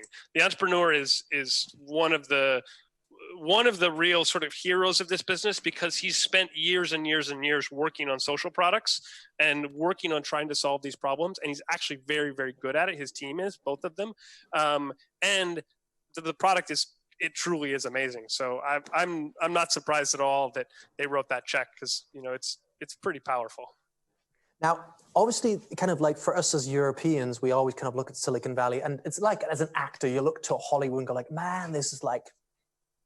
But then again, in Europe, we have a lot of amazing things as well, and they're a bit different, sometimes better, sometimes worse, but certainly different. Gregor, what's your opinion when you listen to the kind of the Silicon Valley war stories? How does that reflect on a European ecosystem? I'm just giving you the European hat now, as you know, no pressure, brother, but you'll be good on that. Well, I think we're just, we're getting there. We're just a couple of years behind, but we're maybe getting there. We're getting there definitely, but with a little bit of a different approach. So it just takes time. Silicon Valley also didn't grow through, it wasn't built in a day. Also, there's so much capital concentrated there, so that's different. Lots of, it's so much easier to bounce off one each other, I guess, if you have that type of concentration. But we're getting there in Europe.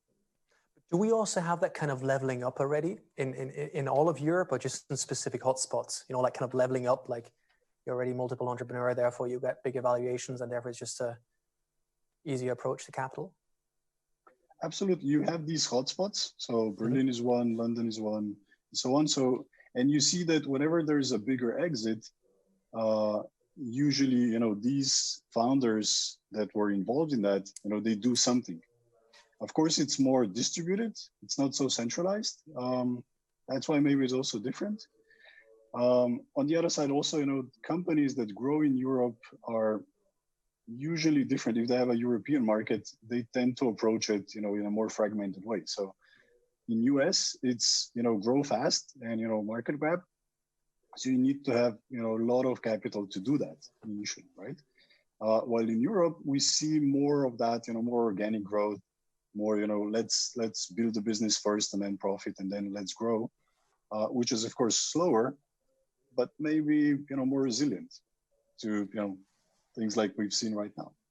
I mean, resilience is a beautiful word, but I'll tap into that maybe a little later on. But there's something else I'd like to ask. Now, in the course of the last couple of weeks, I've had the privilege of interviewing people from all over the world in different hackathons and whatnot, the European Union versus Virus hackathon and this conference and a couple others. And there were a few people who put this thought into my head.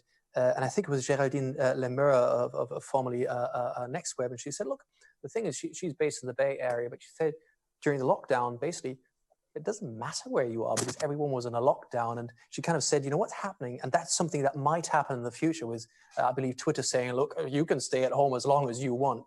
Saying, that might actually weaken traditional ecosystems and move to like distributed teams and whatnot. Will that weaken or strengthen certain ecosystems, or will it just kind of resolve everything to one? And I'm seeing you heavily nodding, Zach, over there, like, yeah, I've got an opinion. Well, I mean, so the reason why I'm in this conference is that I've spent the last 5 years traveling all over the world, meeting with entrepreneurs and teams anywhere I can find them, because I believe that that's true. Like, 15 years ago when I started, you really had to be in Silicon Valley because the talent and the knowledge and the network was here. And you just, in order to get something going at the scale that is exciting, you kind of had to come to where that hub is. And now we have this amazing virtual world that we're living in, and this is just the beginning of that. And so it's flattening those barriers to entry, and it's distributing that knowledge and the talent and the technology out across to all of these other places where people are born. Like if you walk into the Facebook office, there's people from Bratislava, from Beijing, from Budapest, from Brisbane, you name it. They're all in that office. They've been pulled from the rest of the world to create that world-class team that is Facebook or Google or whatever. But those people were born in those other places, and a lot of them would like to stay there, and a lot of them are still there. And so, like, I want to go find them and get involved in the cool shit they're doing. Now, when we started this conversation, and I have to admit one thing, I mean, I love panel discussions, and just to kind of disclose it, I don't prepare questions. I usually have that like 12-year-old curiosity, like I'm just super excited to see where this conversation goes, and I kind of take notes while going along, and I try and just remain curious, and it's just something I love that. And when we were talking quite early on about this, we were talking about that entrepreneurs kind of go along the streets and constantly see problems, and seeing problems, going like, yep, that's the way I could fix it. And then suddenly go, bup, bup, bup, bup, bup. And I'm intrigued. Is it kind of a thinking pattern? We learn and adapt over time and therefore become very rational about approaching problem, solution, market, blah, blah, blah, fit? Or is that just a coincidental picture we painted early on? You know what I mean? Kind of like a doctor who sees a solution to everything, and like a painter who sees a beautiful work of art. Is that the way we are? We see problem, solution, and other people are like, oh, problem is bugging me, fuck it, and we just go like. I think, seeing things, seeing these things, that's, maybe just a state of mind. When I talk to other people, I don't, they find it weird, I guess. I don't know how to put it, but what you said next is actually, what you do with these things, because this is, sometimes it's overwhelming. You have, maybe, 5 ideas in one day. But what you do next with those is, you go through a, disciplined process, how you actually pick, this is something that's worth pursuing. And I think this is, this is still a process. That's still something that I'm, playing with. So I created, you used curiosity a lot, and I use that. I like that word a lot because, one of the examples was when I was taking the time off or trying to take the time off.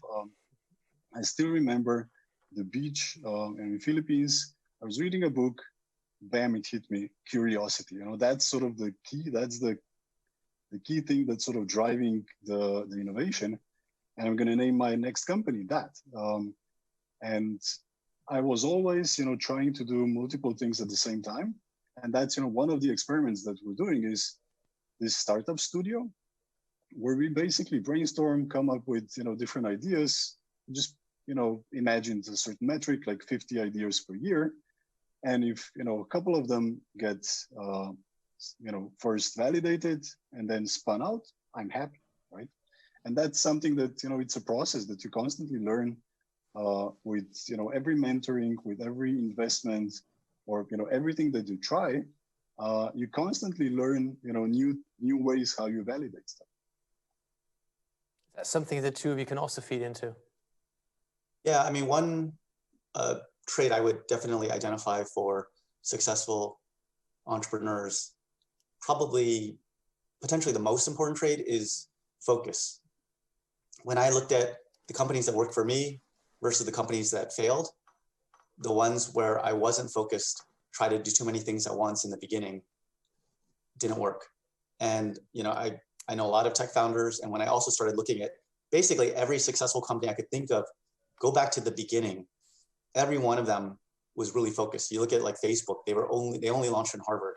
You look at Amazon, they went and just did books, and they actually managed to go IPO selling books.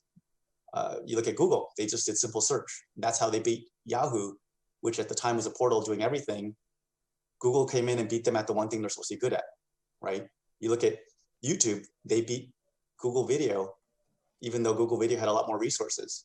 You look at Twitch kind of beat YouTube at gaming because, again, they were focused. Every single time, the more focused startup wins. And so one thing I like to say is that, being focused doesn't guarantee success, but being unfocused guarantees failure. And one of the traits that you see with almost all entrepreneurs, like 99% of them, is they're unfocused, that they're trying to do too much. I tell people one feature, one category, one market when you're just starting out. And almost all of them are like, well, I need these. They can argue for these additional features or these additional categories or these additional markets. And they all, it's part of their nature, because entrepreneurs, because they're irrationally confident and they believe they can do anything, they want to do everything. They want to say yes to every single client saying, oh, you should throw that in, you should throw that in. Can you do this? And they're like, yes, yes, yes. And they become super unfocused. And the good ones, either by luck or they just know it, or because they iterated and ended up becoming focused, all the successful ones were focused in the beginning.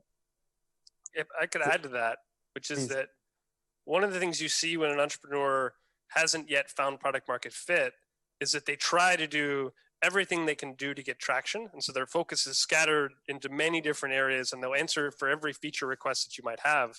But then as soon as you find product market fit, and it goes from you basically searching for customers to customers coming to you, it's almost like an inversion occurs. So what was hard before, traction, customers, revenue suddenly becomes trivial. It's like 10x easier. Whereas what was easy before, your team, dealing with customers, just scale becomes really, really hard because suddenly everyone's banging on your door. And what you find is that once you achieve that, you suddenly go from like, I need to do everything, to like, I need to do nothing. I need to focus on the only thing that matters, and I need to get rid of every single other extraneous thing I'm doing, because otherwise this whole thing's going to fall apart and break because we're growing way too quickly. And so the entrepreneurs who find focus are the ones who find that product market fit. Like Mark at Harvard, he found product market fit early in a very small niche, and he was able to recognize that, oh my God, if I have this level of traction in this tiny little niche, and I imagine what it would imagine if I go to the whole world, I'm going to take over the world. But I got to focus on right now. I just got to focus on dealing with the traction that I have, and then I can work on that growth pattern. And so, like I like to say it, it's the when an entrepreneur comes to me and say, I'm doing this, and as soon as they say "and," it's like full stop. You got to say, I'm doing this. And if that's not enough, then you haven't found real product market fit. Now, 2 questions on that. First of all, the Mark at Harvard, is that like the Mark? Oh yeah, of course. Yeah, but that's a nice mic drop, brother.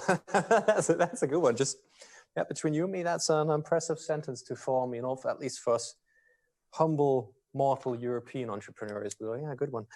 Now, what I quite like is the "and," where you said, look, no "and." But the thing is, quite often in Europe, we're being told we are growing too slow.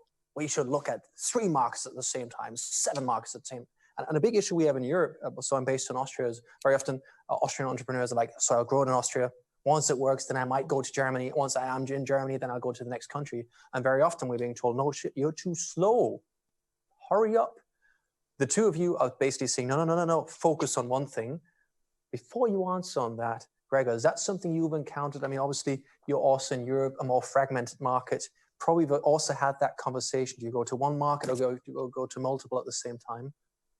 How did that conversation go? Well, in Slovenia, and I would say that, in Austria, the same way, these markets are too small. And sometimes you get, really just wrong feedback. So it's really important first that you get in front of the customers, because that's what gives you focus. But what's more important is that, these needs to be the right customers, right? And if you have, companies that a certain segment of customers that's not the right fit for you, they're going to lead you to a whole different, in a whole different direction. So you need to move to a bigger market as soon as possible. And at least in Slovenia or in Austria, I haven't seen that, somebody would start locally and then be able to replicate, or there's very little of them that would then be able to replicate that same problem set, to all the other markets. Just go out immediately. I say EU, so that's one option. Or if you're targeting US, just do that. It's much easier in US, I guess. I mean, definitely, because it's you don't have these language barriers, still different legal aspects to each and every country that you expand to.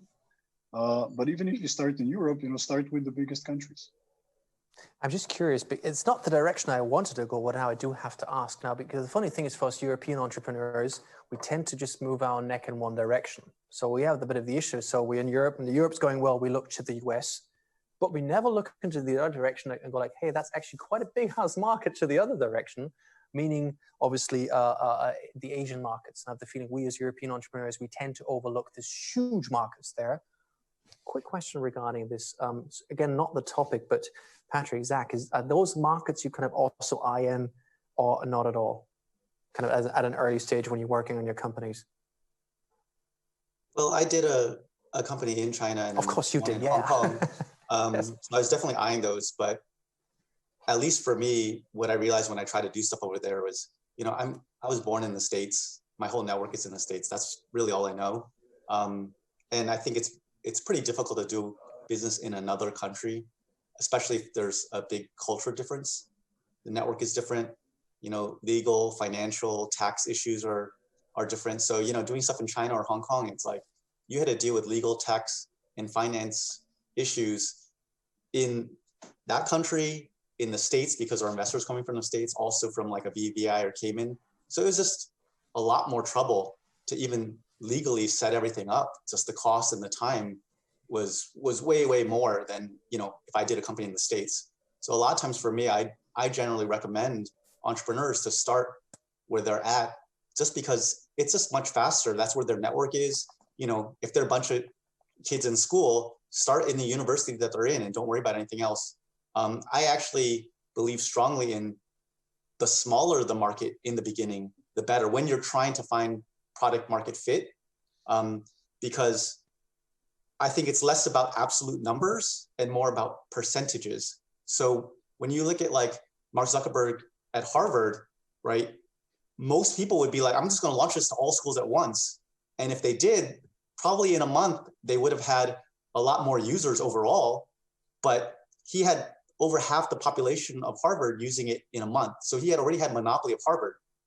I don't think he would have had a monopoly of all schools in 1 month, right? And the percentage, I think, is more valuable because you need to get to critical mass to learn like what's working, what's not, and then go from there. If he had like 1% of all colleges, yes, it would be a huge number, but he wouldn't have that critical mass to really know, to learn a lot of things that he learned by just launching in Harvard. So I think pre-product market fit, the smaller the market is better, and think about percentages, not absolute numbers. Post-product market fit, it's totally different. The analogy I like to use is poker. So, you know, for poker, the best strategy for most people is what they call tight aggressive. Tight meaning you wait for the good hand. Aggressive meaning instead of, you know, you bet and you raise, right? So while you're tight, you're being really cheap, you're doing MVPs, you're trying to find product market fit, find that good hand, and you want to iterate very quickly and be super bootstrappy everything. But once you actually find that good hand, if you're still thinking cheap, small, whatever, someone else is going to outpace you. At that point, you need to be raising, scaling, hiring, all those kinds of things, and play very aggressively. But if you're playing aggressive before you found a good hand, like generally that's a losing strategy. And actually a lot of serial entrepreneurs have that problem because they can raise more money more easily the second time, but actually they go straight out and try and build it. I've done this multiple times where they go out and try and build it before actually figuring out if people want it. So that's the analogy I like to use. So it's not that one is wrong or the other is wrong. It's just, are you pre or post product market fit? Just one quick thing. Dearest audience, by the way, you have this tremendous opportunity of asking questions. Opportunities are moments in life that don't come very often. If you have a question and we think it's really good, we will ask this in the next 17 to 18 minutes. Afterwards, well, boo-hoo, you kind of missed the opportunity. By the way, a disclaimer, we've been going strong for the last 12 and a half hours. So right now, the diehard aficionados are watching, or they'll be looking at a later stage. But perseverance is something that's always important. So just the toughest are watching now. So that's something I'm quite curious to see what the questions are going to be. Patrick, Zach, a quick question towards the two of you. Have you invested or have you been working with European early stage startups and startups? Yes. Just out of interest. Yes, I have 3 companies that I'm an investor in Europe. A company based out of Warsaw called Booksy, which is the best booking application for your hairdresser, which I desperately need, or nail salon, which I desperately need, or whatever it is that you want to book. A company based in Berlin called Zeotap, which is a customer data intelligence platform. And then a company out of London called Enki, which is an education platform. Thank you. Patrick, how about you? For me, I mean, I mostly, again, been mentoring, advising, speaking. So I've spoken a number of times in Europe, mentored a ton of companies over there. One company that I did invest in was a company called Prolific out of UK that was in, I think, the winter YC batch of last year, which was doing surveys. So they're doing like online surveys, mostly for research purposes for universities. And I think post-COVID, they've had tremendous growth. Now, obviously, Gregor, I'm not going to ask you that because, well, the answer is quite obvious, but just that you don't feel left out on that one. But I just had to ask it. By the way, if you know why I'm pointing in that direction, because the gentlemen are over there on my screen and Gregor's on that side, is nothing else to it.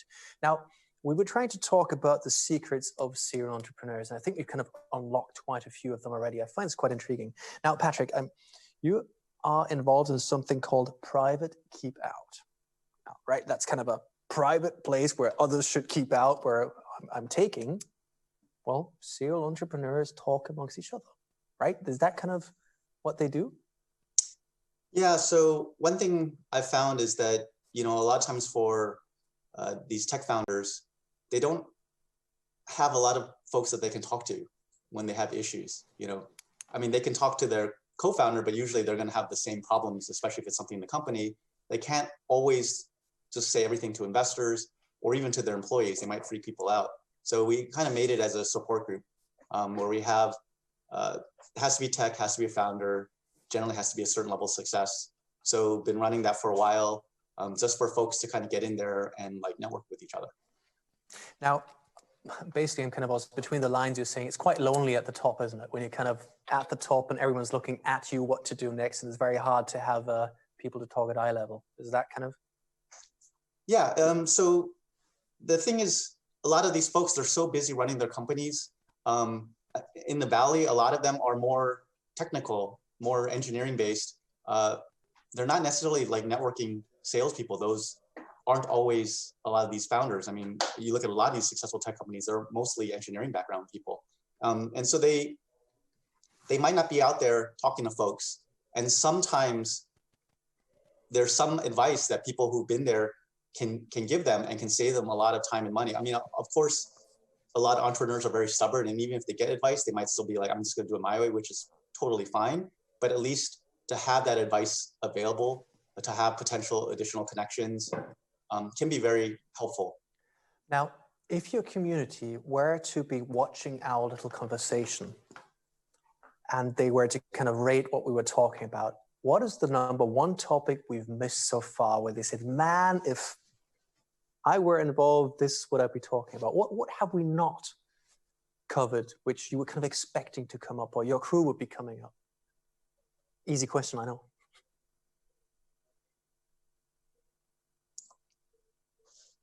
One thing I wanted to mention a little bit earlier was that I don't know if it's actually necessarily a good thing to be a serial entrepreneur. Outside of a couple of examples like Elon Musk, I would actually say most of the best entrepreneurs are not serial. They pretty much did one thing their whole life. You look at like a Bill Gates or Jeff Bezos or Mark Zuckerberg or the Google guys, like they did one, they brought it all the way. A lot of times with serial entrepreneurs, that usually meant when either they failed or they exited.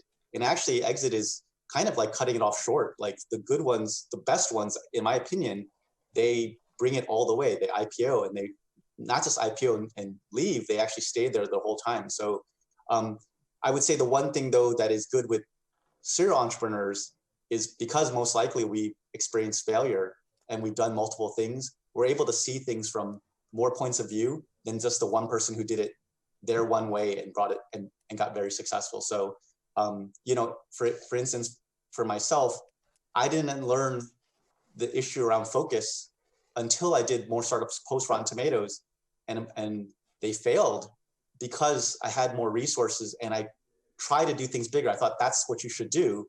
You should do things bigger. And then when I did things bigger, I was very unfocused.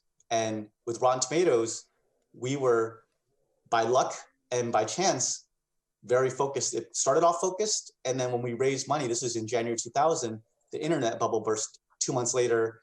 18 months after that was 9/11. So we were forced to focus. We actually had to let go of most of our people when that happened, and we had no other choice but to be focused. But actually, it was the best thing in a way to have happened to us. And now when you look at like COVID, as bad as the internet bubble bursting was, and as bad as 9/11 was, COVID is worse than all those combined and then some, so I think a lot of people here are also going to be forced to focus. One piece of advice I've given to folks lately that we had to follow for Rotten Tomatoes was that cash is king. It's going to be a lot harder to raise money in this environment. The venture funds for the most part are going to probably want to invest into existing portfolio companies to keep them alive. So I tell folks, try to have at least 12 months runway, ideally 18 to 24, because we just don't know what's going to happen. Everything's changed. And if they have to, cut now, cut hard, cut fast. Because if they cut their costs in half now, they double their runway. If they wait 3, 4, 5 months and then cut their costs in half, they've lost those 3, 4, 5 months that they would have gained now. It's interesting that you're saying that. I've heard that a lot in the last couple of weeks. Everyone's saying cash is king, resilience is key, and obviously having a decent runway, because cash will not be that easy. And I'm also taking quite a few people will not be making the real batshit crazy investments they would have done before, but maybe going into a more secure as an investment area. And then, of course, we have all the WeWork shenanigans going on as well. We're also something going on there, by the way. I read today, last year, 47 billion. As of today, 2.9. That's a lot. I actually calculated this doing like super stupid Excels. That means they were burning $1,398 a second in 365 days. That's a quite amazing thing. Obviously, valuation is whatever. Gregor, Zach, what were we leaving out right now? We're kind of looking at this conversation. What are the topics we haven't touched yet where you're saying, yeah, should have covered that? If you're happy, I'm happy, seriously, but just out of interest, because it's quite a peculiar topic. Now, Zach's going like, hey, I think, yeah. Well, one of the things that actually I found like an interesting challenge was, when somebody asked me, what do you do? And it's like, how do I describe it now, right? And that's maybe something that it's worth discussing, because that's not just one sentence. Multiple things at once, sure, but it's maybe angel investor on one side, doing some projects on the other side. So how do you describe actually, what do you do in one word? I mean, sure, serial entrepreneur is one thing, but I don't know, maybe in Europe or in Slovenia, this was not really something that, they understood, the closest was. Sorry, I would like to sharpen that question, because I love that. How would you describe what you do to someone outside of our little bubble? How would you do it, Gregor? If someone says like somewhere, so what do you do? Well, I try with this, right, serial entrepreneur, but most people actually, outside of this bubble, they would say, well, the closest to, what they think about is serial killer. So what? Serial entrepreneur? Well, what is that? How does that work? Arrest him, he's dangerous, shoot him. Okay, so serial entrepreneur doesn't work too well. Gentlemen, how about the two of you on the other side of the pond? What do you say outside of the bubble? I generally say serial entrepreneur, but if folks who aren't in that bubble, I would say, I work with tech startups these days. I would probably say I mentor tech startups. Mm-hmm. Zach? You'll have to unmute, brother. I say that I'm an investor. That's my full-time job now. Mm-hmm, mm-hmm. But I love that question, and I have that so many times. People say, "What do you do?" Oh, wow. I actually also say I'm an entrepreneur, and that's I leave it at that. Now we've got 2 audience questions. I'd just like to pop in. We have 7-8 minutes to go. The first question is, what about startup partnering with corporates by means of strategic development, not just capital investment? What's your opinion about that? Corporate and startup collaboration, is that a viable way? Run. Run. That's one run. The only deal you can ever make with a corporate partner is where you hold all the cards and they're begging you to do the deal. And even then, it probably will fail. That's choice words. Gregor? And, take them as a customer. That's it. Patrick? Yeah, I agree with Gregor. If they're able to buy your product, they're willing to be the beta test user or something like that. But if they're going to come in and try to shape the product and all that, generally they're extremely slow. The reason why startups work is because they're focused. And when you work with corporate, you're almost guaranteed to be unfocused. When you gave that example before of WeWork, what was the first thing they did after they fired their CEO? They cut every non-core business. They ended up focusing, right? Even recently with Airbnb, when they did a layoff of a quarter of their staff, what did they do? They cut all the non-core businesses. They ended up focusing. That's even at that size, you have to do that. And when you look at like SoftBank and all the errors they made, one of the worst things you can do for a startup is give them way more money than they should be having at that point in time. That's guaranteed to make them unfocused. But having a strategic partnership with corporate very early on is also extremely likely to unfocus you, and which will result in death. Now, if I were Fox News, but I'm not, but if I were Fox News, I would say 100% of all serial entrepreneurs say, if you work with a corporate, you're going to die. Yes, you heard it here first, but I'm not Fox News, but all three of you have quite choice words for that. So if you're trying to work with a corporate, yes, have them as a customer and be ready to run. The second question we have is, what is the best advice you've had only one for a startup trying to scale after having some form of validation of their product? If you have one advice to give to a startup that's trying to scale after validation, what should it be?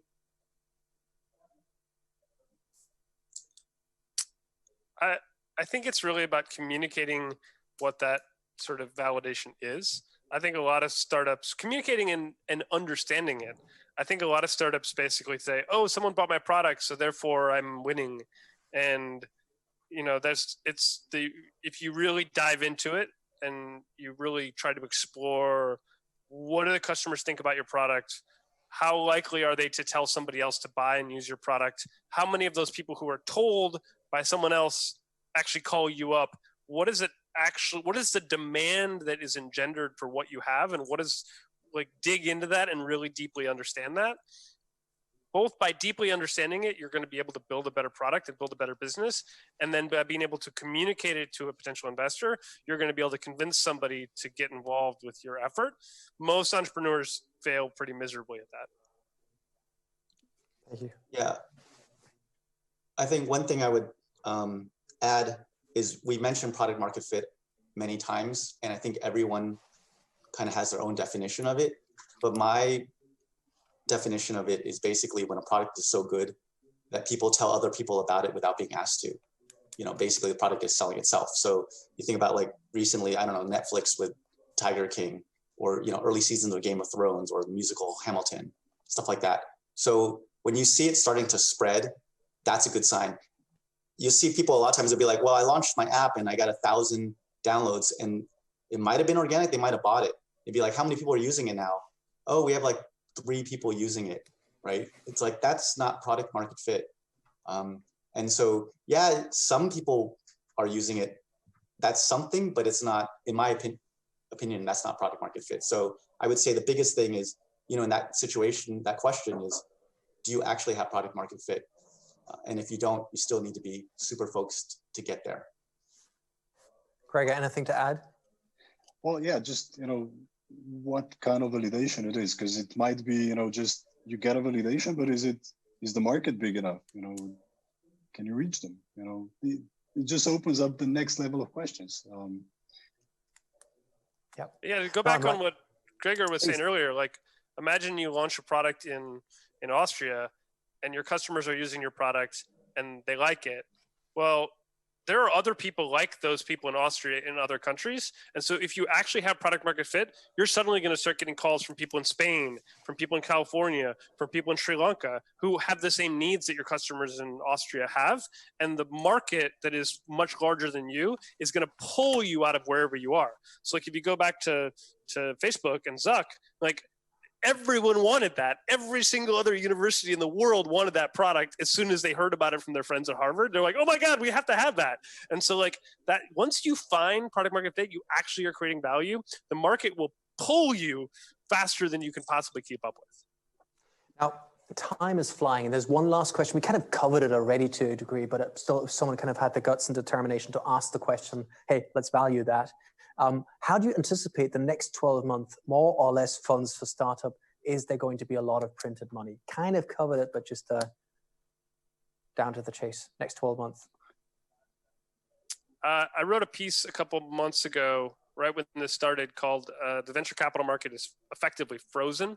And I made the argument that, like, you should assume that venture capital will be in relatively short supply for the foreseeable future. It's unfrozen a little bit in the last sort of 6 weeks. We've started to see, like, some checks are being written, but it's down materially in the status quo. And I think any startup should anticipate that unless they're growing, unless they can prove that they can grow in the COVID reset world that we're in now, there will be no more money for potentially years. Anyone else to add? I mean, that was yeah. I mean, I agree. clear. I think it's going to be much harder to raise money. If you have someone that's interested, just take it. You know, again, cash is king. Take that money. You know, revenue will probably be affected. Funding will be affected. The one thing you really can control easily is your cost. So do anything you can to get that cost down, you know, which might include laying off people. If you do that, again, cut once, cut deep. Don't do lots of small cuts because everyone's going to be looking over their shoulder. You can also do things like see if you can get people to take more equity for lower salaries, you know, and you can always bring it back post things being back to normal or post fundraising. But do anything you can to get your costs down, because that's, you know, if you want to get to break even, that's where your revenue matches your cost. You can either get your revenue up, which might not be something that you can control now, but you can always get your costs down. So do that. I wouldn't waste a lot of time trying to fundraise unless you already have some folks that are very, very close to closing, in which case close it, do whatever you can to close it. Gregor. Yeah, I totally agree with the comments, but I would put a positive spin on it. So, you know, right now also, you know, what we've seen is that there's lots of other assets that, you know, it doesn't make sense to invest in, right? And high tech, investing in technology companies is actually something that is, at least what I've seen, you know, I was, I guess, lucky enough that these are very resilient companies, even in these times, because what the pandemic did is actually jumped, you know, the technological adoption, you know, 1 or 2 years was actually just jumped, which means that, you know, we've seen accelerated growth in some of these companies. On the other side, you have private money that's, you know, what would you invest in, right? So stocks, anything else? Sure. I mean, there's lots less other options, right? So, and I hope that there's going to be more. I mean, that's not a challenge in US, I guess, but here in the region, you know, we try to, you know, convince more people who have private money to invest into the technological startups because they are more resilient. They are more adaptive, right? So we've seen also with our portfolio that they were really quick to adapt to the changes that were happening in the market. Thank you. Gentlemen, time's flying. To kind of wrap this whole thing up, first of all, I'd like to thank the three of you. And for me, kind of wrapping this whole thing up, there's a few things we kind of agreed on quite early on. We said, okay, serial entrepreneurs are very much driven. They're super curious, super passionate. They love fixing problems, identifying problems, but only if they can actually prove that they work. Real entrepreneurs are the ones who can make things work with whatever they have to their disposal. The more successful you become, the more likely you are to get bigger tools and bigger hammers and bigger levers, and therefore you'll be able to do crazier stuff. But that's something you need to earn. That's something which is kind of the whole way. There'll be different ecosystems. With the current crisis, some ecosystems will become more prevalent and others, locations become less important. What we said, which is always important, is creating tremendous product market fit, proving that. And the best definition for product market fit is it so amazing that people start telling others about it without you having to do that? The only way to achieve that, however, is with absolute razor sharp focus and absolute a disciplined process of going towards this. What we also said is what you need is confidence, rational confidence. You don't need to know everything. You just have to be mad enough to be aware you will find out while going along the way, but you have to have the smartness to be doing this. We said in the next couple of months, probably cash is going to be king. You have to set up to go the long way. You have to work on your runway. We also said maybe serial entrepreneurs aren't the best thing. Maybe they're not the top notch because they didn't take it the full way. The full way is probably IPOing and staying on board. Maybe that's the highest discipline. But again, I also very much like this humble approach. And what I enjoyed so much about this conversation, and that's also kind of the downside of the modern world, is for me, it was more like a chit chat amongst friends. Although all of you have different stories to tell, this wasn't really like interviewing you one by one, but we're all pretty much alike. And that's what I enjoyed so much. And if you want to see what the real secret is maybe also getting along, speaking a similar language, although all being from very different trades of life, all coming to quite similar conclusions. For me, the only downside of this being a remote event is, if this were like a person-to-person event, I'd say, do you know what, gents? Let's put off the mics and grab a beer and continue this conversation. Unfortunately, that's not possible. I hope sometime in the near future it will be, because it would be so much fun just adding a couple of drinks to this conversation. Thank you very much for opening up about this. Stay safe. Happy to meet you all in person one day. And until then, thanks for sharing all the insights. And it's been a pleasure.